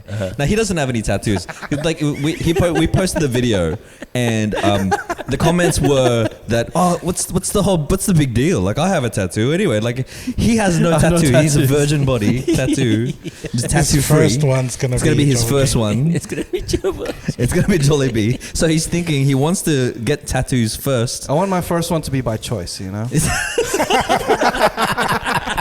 I wanted to tell a story. I want to tell exactly. Please. Let me have a good first experience. So the Jollibee experience won't be as bad. Because the Jollibee experience, like, you know, we need that to be at least the third experience. So where is this Jollibee? Jollibee is Where is it? apparently there's supposed to be plans for it in Campbelltown, Okay. but That's never going to happen. It's not going to happen. we are very cynical, even though we have friends who are like, I know a person who knows a person who knows that it's going to happen. They're just waiting on something. There's articles and They're always waiting on something. There's So it's not coming. Like that's the bottom line. that's what you're hoping for because you don't want to get a tattoo. No, that's how confident I am. Like, you know, but I still want to get tattoos. So I'm going to try and get a tattoo for my birthday. I'll be looking at your arms for a little bit longer. And I want that one. Well, there's a great tattoo artist in LA. His name's L, and there's a. It's a bit expensive. I have to go to LA. But he does traditional. He did this arm. He does like traditional. All right, so guys, if you want me to get a tattoo from LA, there's a GoFundMe page. Support me. I'm getting a great first experience of a tattoo. It'd be awesome. Rory comes back from LA all covered, bro. Yeah, he's gonna be tatted up. There's no space for a Jollibee anymore. He's like, Checkmate. he's like, I think I got a little bit of space just on the inside of my ass. Yeah, you're gonna have to be like a little Jollibee, like there, like. And then teardrop. Oh shit! Jolly tear. Yeah. Jollibee tear. This is how many chicken joys I've eaten. Oh, dude, have you tried Jollibee before? Chickens are destroyed. What do you think of it? Honest opinion. Honest? Oh man, like seriously, when I look at footage of me in the Philippines finding my birth mother, and I like look at myself like, man, I'm like big, and it was because I was eating fried chicken and all that stuff. Oh, fried chicken joy? Yeah. And all the lechon apparently as well. All the lechon and all the rice. And I reckon if you didn't get lost, bro, you'd be bigger than me right now. With the lechon You'd still and be chicken dancing joy. though, bro. Yeah, man. Dancing off. I could imagine because like I could imagine in that situation because I think part of me is an emotional eater. So if I'm going through these struggles of like trying to find my mom, I'd be eating heaps on the way. Like, you know what? Can't find my mom, but at least this Jollibee's good. You know what I mean? Well, like, That's the consolation. Because all you, Can't was, find mum. all you were eating was Jollibee and lechon. That sounds like a great time. Sounds like a Sounds like an early heart attack. That's what that sounds like. Yeah. So obviously you don't get gout. Huh? You don't get gout? No. Nah, that's it. Oh, man. Far out, this guy. Living the Fucking living a miracle right now. You get lost, you get enough to go to Australia, go find your mum in like minuscule chances, and you don't get gout. Bro. What the hell? Secretly, you're living Garcia's dream. Unbelievable. I wish I could be on So You Think You Can Dance. And not get gout. Yeah, like, oh my gosh. I had lechon, but Did you guys same. dance though? Did you guys dance when you were kids? Yes, Yeah. but like I don't dance well at all. I was the other creative. I was the rapper. I was doing the rap. I was rapping at the halftime like placements for like the dance competitions. So when they were preparing for like the for the next dance group, they would throw in some rappers just to keep everyone entertained. Yeah, that was me. So. My parents, well, my aunties and uncles would like bribe us to dance. They'd just be like, "Hey, dance for your titas and titos. We'll give you money." That was the thing. That was what me growing up. And then they'd all be really excited. They'd be like, "Yeah, they're dancing." That made me feel, thinking back on it now, I think they were making fun of me just because I don't dance really well at all. But you were a professional dancer before I was. Yeah, You got paid more than me. Yeah, I guess so. Yeah. This guy was invoicing his titos and titas and shit. Secretly, Don, you're living his life that he Yeah, wanted to live. Far out. I hope there's still footage out there. I got to see this once. It was Don and his brothers doing Men in Black. They were on the black suits. Yeah, and that the is- Sonny's doing this slide with me. Just slide. I was like, oh, look at Yeah, Don. man, I remember that. It's okay. I'm getting. Don was chubby as a kid too, bro. Yeah, it was. He was enjoying the lechon back Did you then. tour? Yeah, it went from Tita Baby's house, Tita Linda's house, all of my auntie's houses. It was the Christmas tour. Were you Yeah, cashed up? Were you cashed up after that? Yeah, bro. Yeah. It's like Went on the Christmas tour. That's what it was. Tita was like, "Did you bring the magic mic?" And they go, "You want the karaoke?" "No, not that one. The other magic mic." And Don's like, Oh, no. My auntie's asking for that? No, thank you. No, thank you. Ayoko po. Ayoko. What's your price? What's your price? It was always like, what's my price? Ooh, what you got? Oh my I don't want gosh. the price. like $5 and 2 Polperon. How about that? And then Don's like, I don't remember like the full story of the Full Monty. Do you remember that movie? Yeah. There's a movie called The Full Monty where a bunch of blokes, like they're just blokes. They're not Channing Tatum's or Chris Hemsworth or whatever. They're just a bunch of guys, and they do a strip show for whatever reason, and that's the premise of this movie. I don't remember why they had to. Why were you watching this, Don? It was a popular movie in the 90s. And he was practicing, like, they're paying me. might This as well, guy was a kid and he's watching grown men strip as a movie. I'm like, whoa. That's an MA15 plus, Don. You were 14. I was doing research. I was doing research for a job. People were telling, "Oh, you should watch the Monty Python sound. It's a good series." Full He ends up Monty watching the Python. full Monty. It's like, I don't see no. Oh, there's the Oh, Python. yeah, I see the Python. Where is Ice Cube in this? Very good. man. J-Lo is not to be seen anywhere. What the fuck? Did you guys watch Black Eyed Peas? Were you into Black Eyed Peas? It was, I was into Black Eyed Peas before the Fergie times. The early iteration, like they're like hip That's the hop joint. boom bap That's era the jam. of Turn that shit up, play it again. Yeah, Black that Eyed was Peas. my jam. And then once they had Fergie, and then they blew up, type of thing. became a bit more pop than anything. That became more pop, and it turned me into hipster. Like I liked them before Fergie was there. I sound like a hipster now. I liked them before they were cool. I liked him when he was just called William. Mr. William. Yeah. Mr. Will Oh man. I used to call him Bill for short. Well, did you watch Black Eyed Peas a lot? Yeah, a little bit. Yeah. A lot of people thought I was Apple back in the day. Yeah? That's racist. You put the sunnies on Racist, bro. We all look alike. Come on. It is racist, bro. No, but I do though. I probably interviewed you. If you had a thinking that you were mohawk Apple. Yeah, and then the mohawk. sunnies on, I could see it. I mean, we were calling you the Filipino Neo before. Yeah, that's true. Neo, they kind of look. There was a moment where I was like, "It's Neo Filipino. He kind of looks like he's got a Filipino nose." Yeah, like that. You know, it could be like there was something going on in his family back then. Have you met Apple? Have you met Apple Diab? Yeah. I met the Black Eyed Peas when they kind of came to Sydney, like when I was dancing. Yeah. Yeah. And then did you have the moment where you looked at each other and pointed at each other like, "Hey, you look like each other." Did you have that moment? Yeah. Really? It was like Parent Trap, bro. They swapped. He knew I was Philo, but he was like, "Oh, where are you from?" And I was like, "Yeah, I'm from here." I was like, "Oh man," it was interested, you know. Yeah.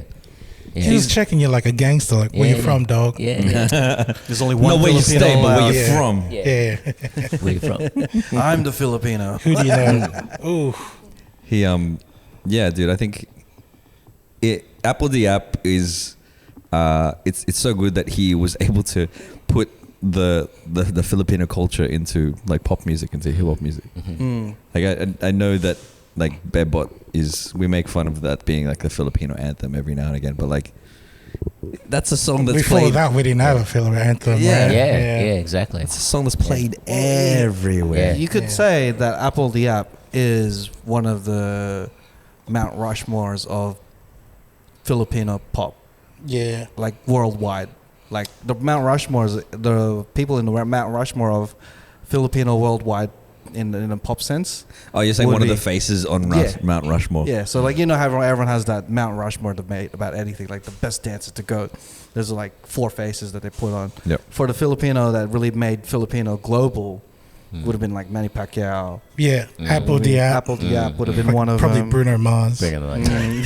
And like someone else. And Brian McKnight. For some reason, he's in the album.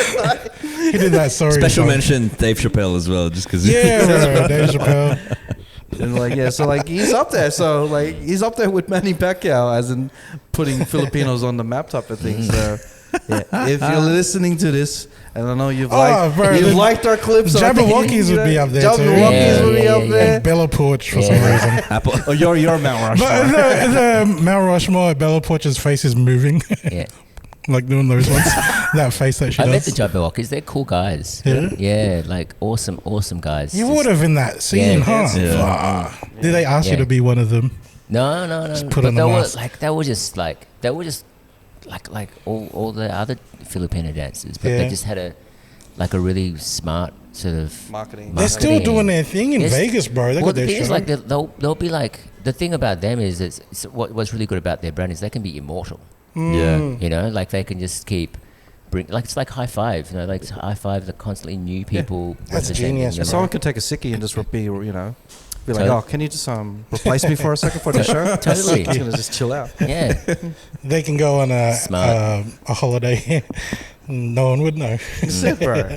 Annual leave we go on a holiday, we have to record like 5 episodes beforehand. A Jabberwocky crew can could actually go on holiday and watch a Jabberwocky crew. They watch themselves, and no one even noticed. Did you get to watch one of their shows and stuff? I haven't seen that. No. Oh, man, I didn't. I had the chance to. I didn't get to though, but I was told it was fucking amazing. Not just from the, like, because you know how we remember them as kind of like comical when they do like awesome dance moves, right? But they always throw in comedy into their choreography. Yeah. But the show that they do, it's like drama is involved. Like my mates that went there, they're hard out fans. They came out crying and shit. You know what I mean? It's crazy. Yeah, bro. Because it's just it's like. It's I'm picturing a teleseria. It's like bro. And it's like a fake knife or some shit. It's like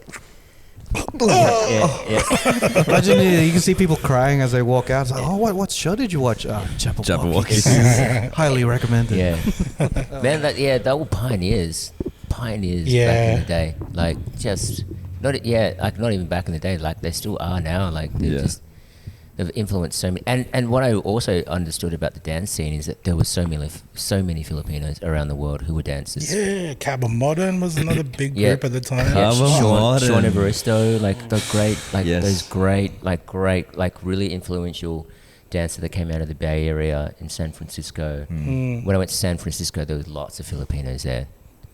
And what was interesting was like when I went there and was hanging out with Filipinos there, it felt like I was just hanging out with Filipinos in Australia. Did they all hit their head to do a body roll? You know that move. So there's a dance move. Where'd that come from? Does it come from? I just feel like all Filipinos like do it like in their lives. Like to start their dancing, they have to hit a switch. Yeah, they've got to. They bump the head and then start it to start the body roll. Oh my gosh. Oh man. And that's sexy. Apparently. It's sexy. Yeah. This might be a culture shock for you, but it's sexy in Philippines, bro. Australia, not so much. Right? And then they pay their kids to do it. That's in what Manila, they do. That's what their titas were paying for. Do the spaghetti dance. Do the body roll. Yeah, do the bonk in the head thing. The bonk in the body roll. $2 more. Because I don't know if do you know the dance move, the ocho ocho? Where it's basically like you put your hands on your knees and then you like move your back in and out, like kind of like a twerk almost. It's almost like a what is it called? Cat and cow movement. Just do it, bro. I'm not gonna do it. No, come on, man. Just do it. No. You know how you know how you like a twerk. You have to pay me for it. For twerking, you have to bend over and then the ass is moving. The ocho ocho, you bend over, everything else but your ass is moving. You're moving your back. Yeah, it's okay. Anyway, that move, it's like they have kids doing it and like it doesn't look very appropriate for a kid to do. Hey, do the ocho ocho. I'll give you money. No, don't do that. No, kids, no, please. And ocho ocho. It was a massive thing. You grew up in that that mode of being a dance choreographer and stuff, and going through that phase as well, like during that era. How do you feel about TikTok dances? Oh man, TikTok is such a. I feel old when I look at TikTok. Yeah, but back in my day, we old. Huh? He dropped the back in my day. Back in my day, like we make like 3-minute routines or something, and it's very easy to make up a 1 minute routine, and then you're not even really, you're not storytelling though either, it's just like moves. So but look, it has its place, people are making money out of it, Have you ever thought of like maybe I can throw a minute out there and then I don't know, kind of like bank on this somehow? Well, the thing is with that kind of stuff is like it's not just about one video. It's like you got to be making videos for like years and years. Like maybe you could tell a story 1 minute at a time. Oh yeah. Yeah, get your audience invested. It's like, oh, where is he going to go to That next? would piss me off. Where is he going to go next? It's every. And I hate it. I hate watching like the TikTok videos and they're like, this story, and then it stops, and then all the comments is like for a part two, part two, Yeah. part two. Where's part two? And then you watch part two. That's part three. Fucking just put it on Yes. YouTube. Just It's in slow mo the whole minute. Yeah. The first video is you bonking your head, and then the second video is the body roll. Third video is that wave coming back up. Bro, I hate 3-minute videos that says wait for it at the start. Yeah. And then this text that says wait for it. It's like, all right. I don't know why I trust him so much. I skip as soon as I see Like, it. it's like, oh, wait for it. I was like, cool. So I see it. I'm like, And then I'm skip. like, oh my gosh. And it's, you wait till the end. And the video just stops. Yeah, there's immediately. nothing. There's nothing. Yeah. I'm like, oh, It's like, waiting for nothing, bro. What a waste. Unbelievable. Oh man. TikTok problems, guys. TikTok I problems. want my money back. TikTok problems. Are you on TikTok? Are you on TikTok? No. Dating? No. Stay off as long as you can. Well, that's what I'm doing. I'm Unless like, you're I don't- subscribed to like, the Cheatcoders podcast on TikTok. Then Stay on follow TikTok. us. Follow us on TikTok and Instagram. Follow us. Stay off you social can media. trust us. We don't do that wait for it stuff. Or Yeah. we don't do part twos and I don't stuff. think it's like Get junk straight to the food. point. Yeah. It's like digital junk food. Yep. You know, and all these reels are like digital junk food. Yeah, It's we like- are junk food. Yeah. Yeah. Except the cheat code is reels. We're a good junk food. That's We're like, healthy for we're you. like We're Subway nourishing. and shit. Yeah, You we're know what like I mean? celery sticks and shit. We're like Filipino Subway. You know what I mean? Like, Like celery sticks and peanut butter. It's the healthy fast food How healthy? without the pedophilia. That's what the. Whoa. hey, bro. 'Cause that's what- You're not going. We're not going there, bro. Cuts. Bro, Where did that come from? No, bro. Because the Shit. Subway dude was. We Anyway, went fuck through, it. bro. We went through a whole Michael Jackson conversation without mentioning Yeah, I the know. dark side. I tried to stay out of that thing, man. Oh, man. It's the Subway. The Subway, like dude that lost all the weight from eating Subway sandwiches. He was a predator. He was a sexual. Yeah, it doesn't predator. mean Subway's the predator. I don't know even why I'm talking like they're a sponsor. Don't Still worry, got something- mad yeah. sandwiches, but Yeah, don't worry. We are the fast food restaurants with green in our logo. That's the word. That means we're good. we're ethically sourced. That's where we're good. These jokes No, are but getting I've made by farmers. always loved watching your reels. Like Yeah. it's been like it's always like every time I watch them, I have a chuckle. Like it's Yeah. you know, and that's I feel like that is good stuff, right? It's stuff that kind of you know moves you in a way or like makes you laugh. Yeah, like it's. I mean, that's why I kind of contacted you guys because you make kind of like fun at stuff. least make you feel better than at the end than when you started, right? Sorry. Yeah. Because that's- All you need is one chuckle, bro. Then Yeah, one chuckle. our job. You know, Changing You've the done your world job. one chuckle at a It's time. it's bro. worth it. It's worth it in the end. Yeah, man. Oh man. Chuckle the world. Make it a better place. Chuckle the world. the world. For Not you. heal the world. Not heal it fully. Not make the Just world give it a laugh. little chuckle, It's bro. chuckle the world.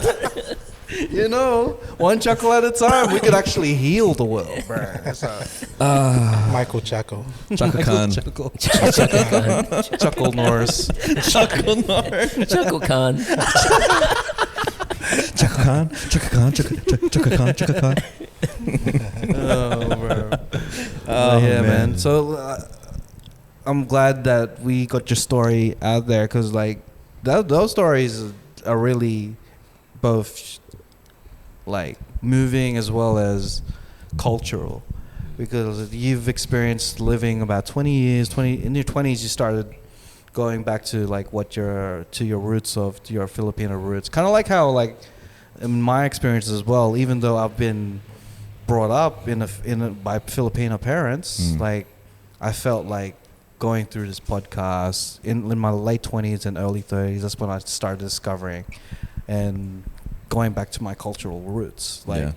Like I do know the experience of growing up with like the walis ting ting, the food, and the Filipino parents and stuff. But I never considered myself like Filipino. You know what I mean? I was considered myself more Australian than anything.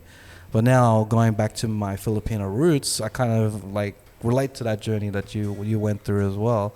And now hopefully like people out there are hopefully be more inspired to, you know, like it's never too late to be, you know, Filipino. You know, to own your Filipino identity. Yeah, I think you never to own your culture. Yeah. Because it's a big part of us. It's like, no matter where we've come from, it's innate in us to do certain things or to have certain connections or to pursue certain dreams. Yeah. And growing up, like in Australia, when I would meet another Filipino would always know that I'm Filipino, and they'd be like, "Oh, you're Filipino," and they'd be really like excited, and then they'd start speaking in Tagalog, and then they'd be like, "Oh, no Tagalog." Sorry, man. And Step back, but you still was excited. Yeah, there's another Filipino. but they would get so upset. They'd be like, "Oh, you don't speak Tagalog," you know, and it was like I remember those interactions and coming away from them going, "Man, I'm a fake Filipino," like, you know, so. Yeah, and even just using like the Tagalog that I know and picking up small little words along the way, you know, and any word that I pick up, I'm always integrating it into my language, into my vocab. I share it with people, you know, like when someone feeds me and I'm like, "Oh, it's masarap," and there's a word in Filipino, it's masarap, it means delicious. Yeah. People get really, you know, when you share your culture, people are really appreciative of that, you know. So I try to share my culture as often as I can. Like all my emails end with salamat, you know, like just so that people know that I'm Filipino. Yeah. Love it. You know, because they'll look at it and like, and they'll look it up and like, oh, okay, I get it. You know, and it's that kind of ownership and that integration of my culture. You know, I'm gonna start doing that too. You know what you can do, bro? Like if ever someone goes, "Oh no, you can't speak Tagalog," I'm just imagining you can like make up a province. And you go, I only speak that language. I'm from Bitucan. We speak Kamaloong. We don't speak Tagalog there. And then they'll be like, "Oh yeah, that makes sense. I think I've been there one time." Kamaloong. I like your adobo, your version of adobo. There's so many islands and provinces, and like you could get away with that. Eh? Right, it sounds like it's in the Philippines. Come along, that's next to Iloilo. somewhere there. For sure. And it's not. It's like, where is it? Oh, it's over there, somewhere. About north of General Luna. Right below, you know, Palabok. You know, Rojas Boulevard. I'm just making up names now. General Santos Drive, like just I'm sure there's at least 10 General Santos Drives. Oh man, you can find Angelina Reserve. Your experience is so unique and like, but I feel like hearing your story as well, I feel like it also runs in parallel to what a lot of Filipinos and a lot of immigrant people feel when they move to a different country. You know, it's for us being born in the Philippines but growing up in Australia, identifying as Australian first, and then realizing or knowing more of our culture and our heritage as we grew older is very similar to what you've gone through, man. Did anyone order food? Not me particularly. We'll have it though. Who's it for? Right. At a point. Sorry? Roebuck? Well, this is number 5171. Yeah, cool. You should have just taken it, bro. Should be like, what is it? We're just Filipino. That's another example of Filipinos being Filipino. You are too nice for our own good. Thing, you know? I don't know him. If we could smell the lechon, if it was lechon. If JD wasn't here, I would have taken that. So we have guests today. I have to behave. Oh man! I got a question for you. You got kids. Is your partner Aussie or Filipino? Filipino. Indian. Asian Indian. Yeah. Yeah. So are you like raising them with Filipino culture? Are you speaking as well as Indian culture. Tomorrow we're doing Diwali, and then so we're mixing in the culture. Like tomorrow we're doing Diwali, but he's gonna be wearing a barong. So we're mixing things as much as we can. Yeah. So. Is it gonna be colorful, bro? It's a normal plain like. You can put like LED lights underneath. Oh. That'd be sick, bro. That'd be mad, man. Just throw some like powdered, like just put him in a nan light on the Yeah, man light, and he can't even move his arms because it's in the thing. It's in the sleeves. Got a nan light on him. Changing colors. Yeah, so we're gonna mix as much culture as we can because every time he goes to my parents' house, it's all Tagalog, Filipino. Every time he goes to my the in-laws, it's all Indian, Fijian culture type of thing. So beautiful. He's gonna taste all the foods. He's gonna learn all the words and hopefully like but we'll in the household he's like we're teaching him mainly English so he can get that English aspect in it, and as he grows hopefully he can like he can embrace both at the same time, all three cultures at the same time. So off topic, how long are you in town for? Till Wednesday. Yeah, like in here in Sydney till Wednesday. Yep. Let's go get Filipino food after this. Yeah, we should. Yeah, bro. Yeah. let's do it. Let's do it. Just talking about all these foods making me hungry, man. Let's go. I need to because tomorrow I'm gonna be vegetarian, bro, because of Diwali. So it's true.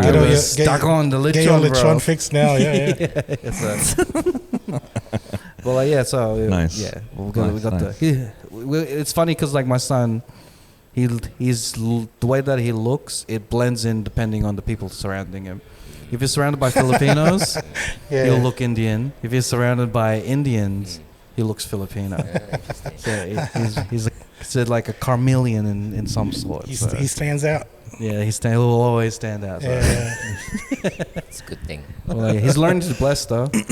Learning to bless Manopo and all my parents. And then it's interesting. It's an interesting journey to like teach him a multicultural life type of thing. So that's cool. Yeah, it's been difficult, but it's been rewarding when he does something that's cultural. So it'd be really interesting to hear him talk about his culture, like when he's an adult. And how that has influenced his life, the way his relationships, his work. Whatever. Yeah. I'm really hoping to take him back to like the Philippines and hopefully back to Fiji as well, so he could kind of learn the culture firsthand and stuff, and learn to be in that type of environment type of thing. So it's one of those things where, because I am a second generation Filipino type of thing, where like I'm trying to learn Tagalog myself now, so I can teach him Tagalog type of thing, because like I don't want that whole thing of like cultural just keeps getting washed away by generation until it's just absolutely just Australian type of thing. So I'm trying to do my job in my generation to avoid that from happening. So hopefully, he probably can listen to all the podcasts.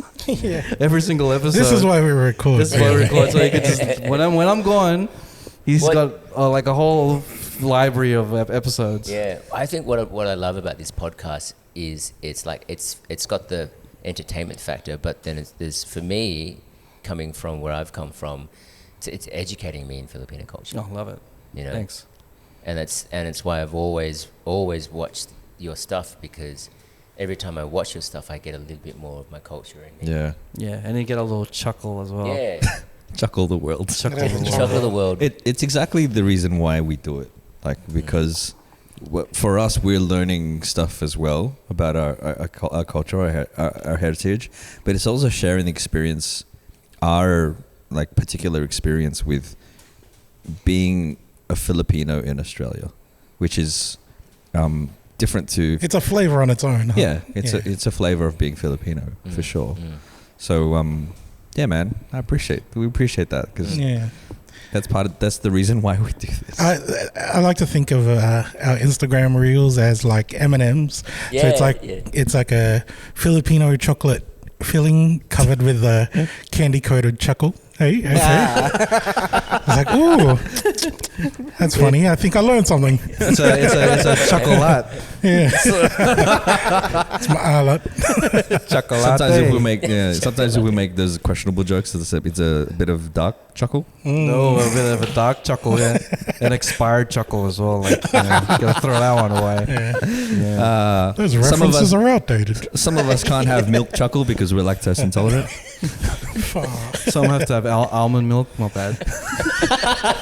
I've been allergic to milk, man. Like, is that a Filipino thing? Some Filipinos are lactose intolerant. Yeah. I think it's also a Filipino thing to be denying that you're lactose intolerant. Because I go to Starbucks, bro. I'll come home like, even gout, bro. It's Filipino to deny gout. Yeah, like, you bro. know what? Like, I could eat this, bro. I could eat this. For 2 weeks, you're like, And then the next 2 weeks is like, I got water. yeah. But don't worry, it was worth it. It was worth it. It was worth it. Just to deny it. I'll So wait for my next birthday.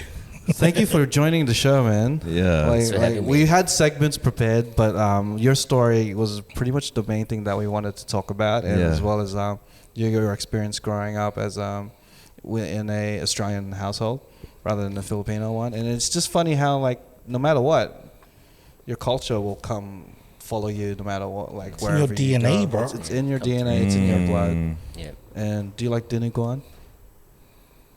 Have you tried diniguan? No. Ooh. I just had that the other day too. Diniguan. All right, well, like, we're gonna eat out, right? We're gonna find a place with diniguan. Yeah. And we'll see if you like it. You or know, not. people take issue in the way you pronounce Dinuguan. I know, it's funny. I do it on purpose. I found out how much it hurts them a bit.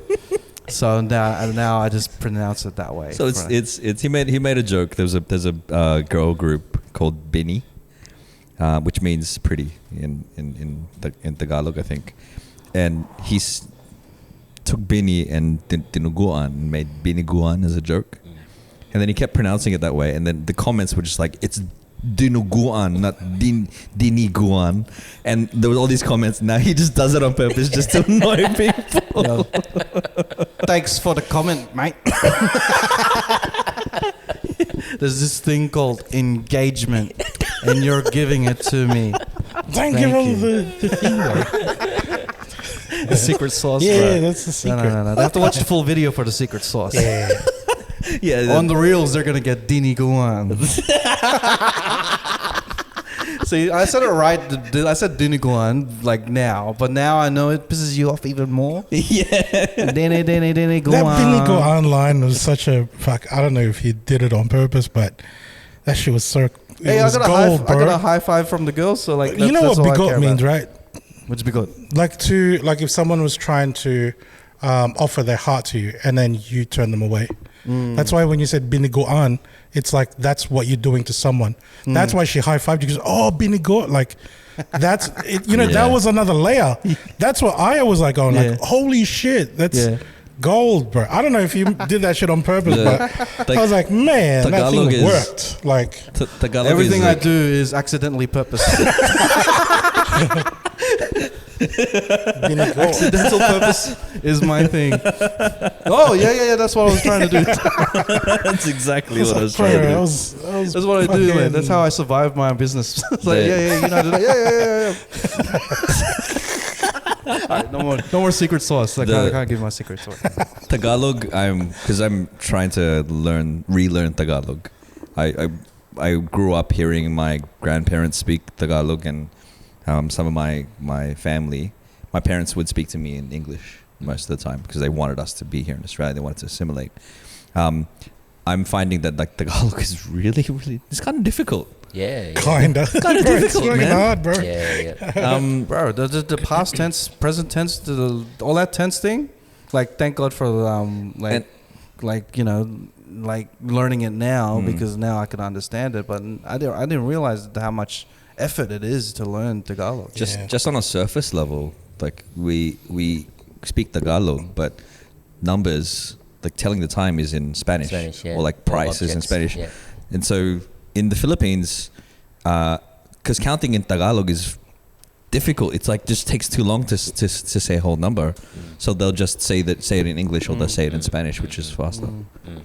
Yeah, you need it takes too long that you need someone to long you to speak Tagalog. It takes too long. Sorry, bro. That's you trying to use too long again. Here we go. We are over 2 hours. We've reached our limit.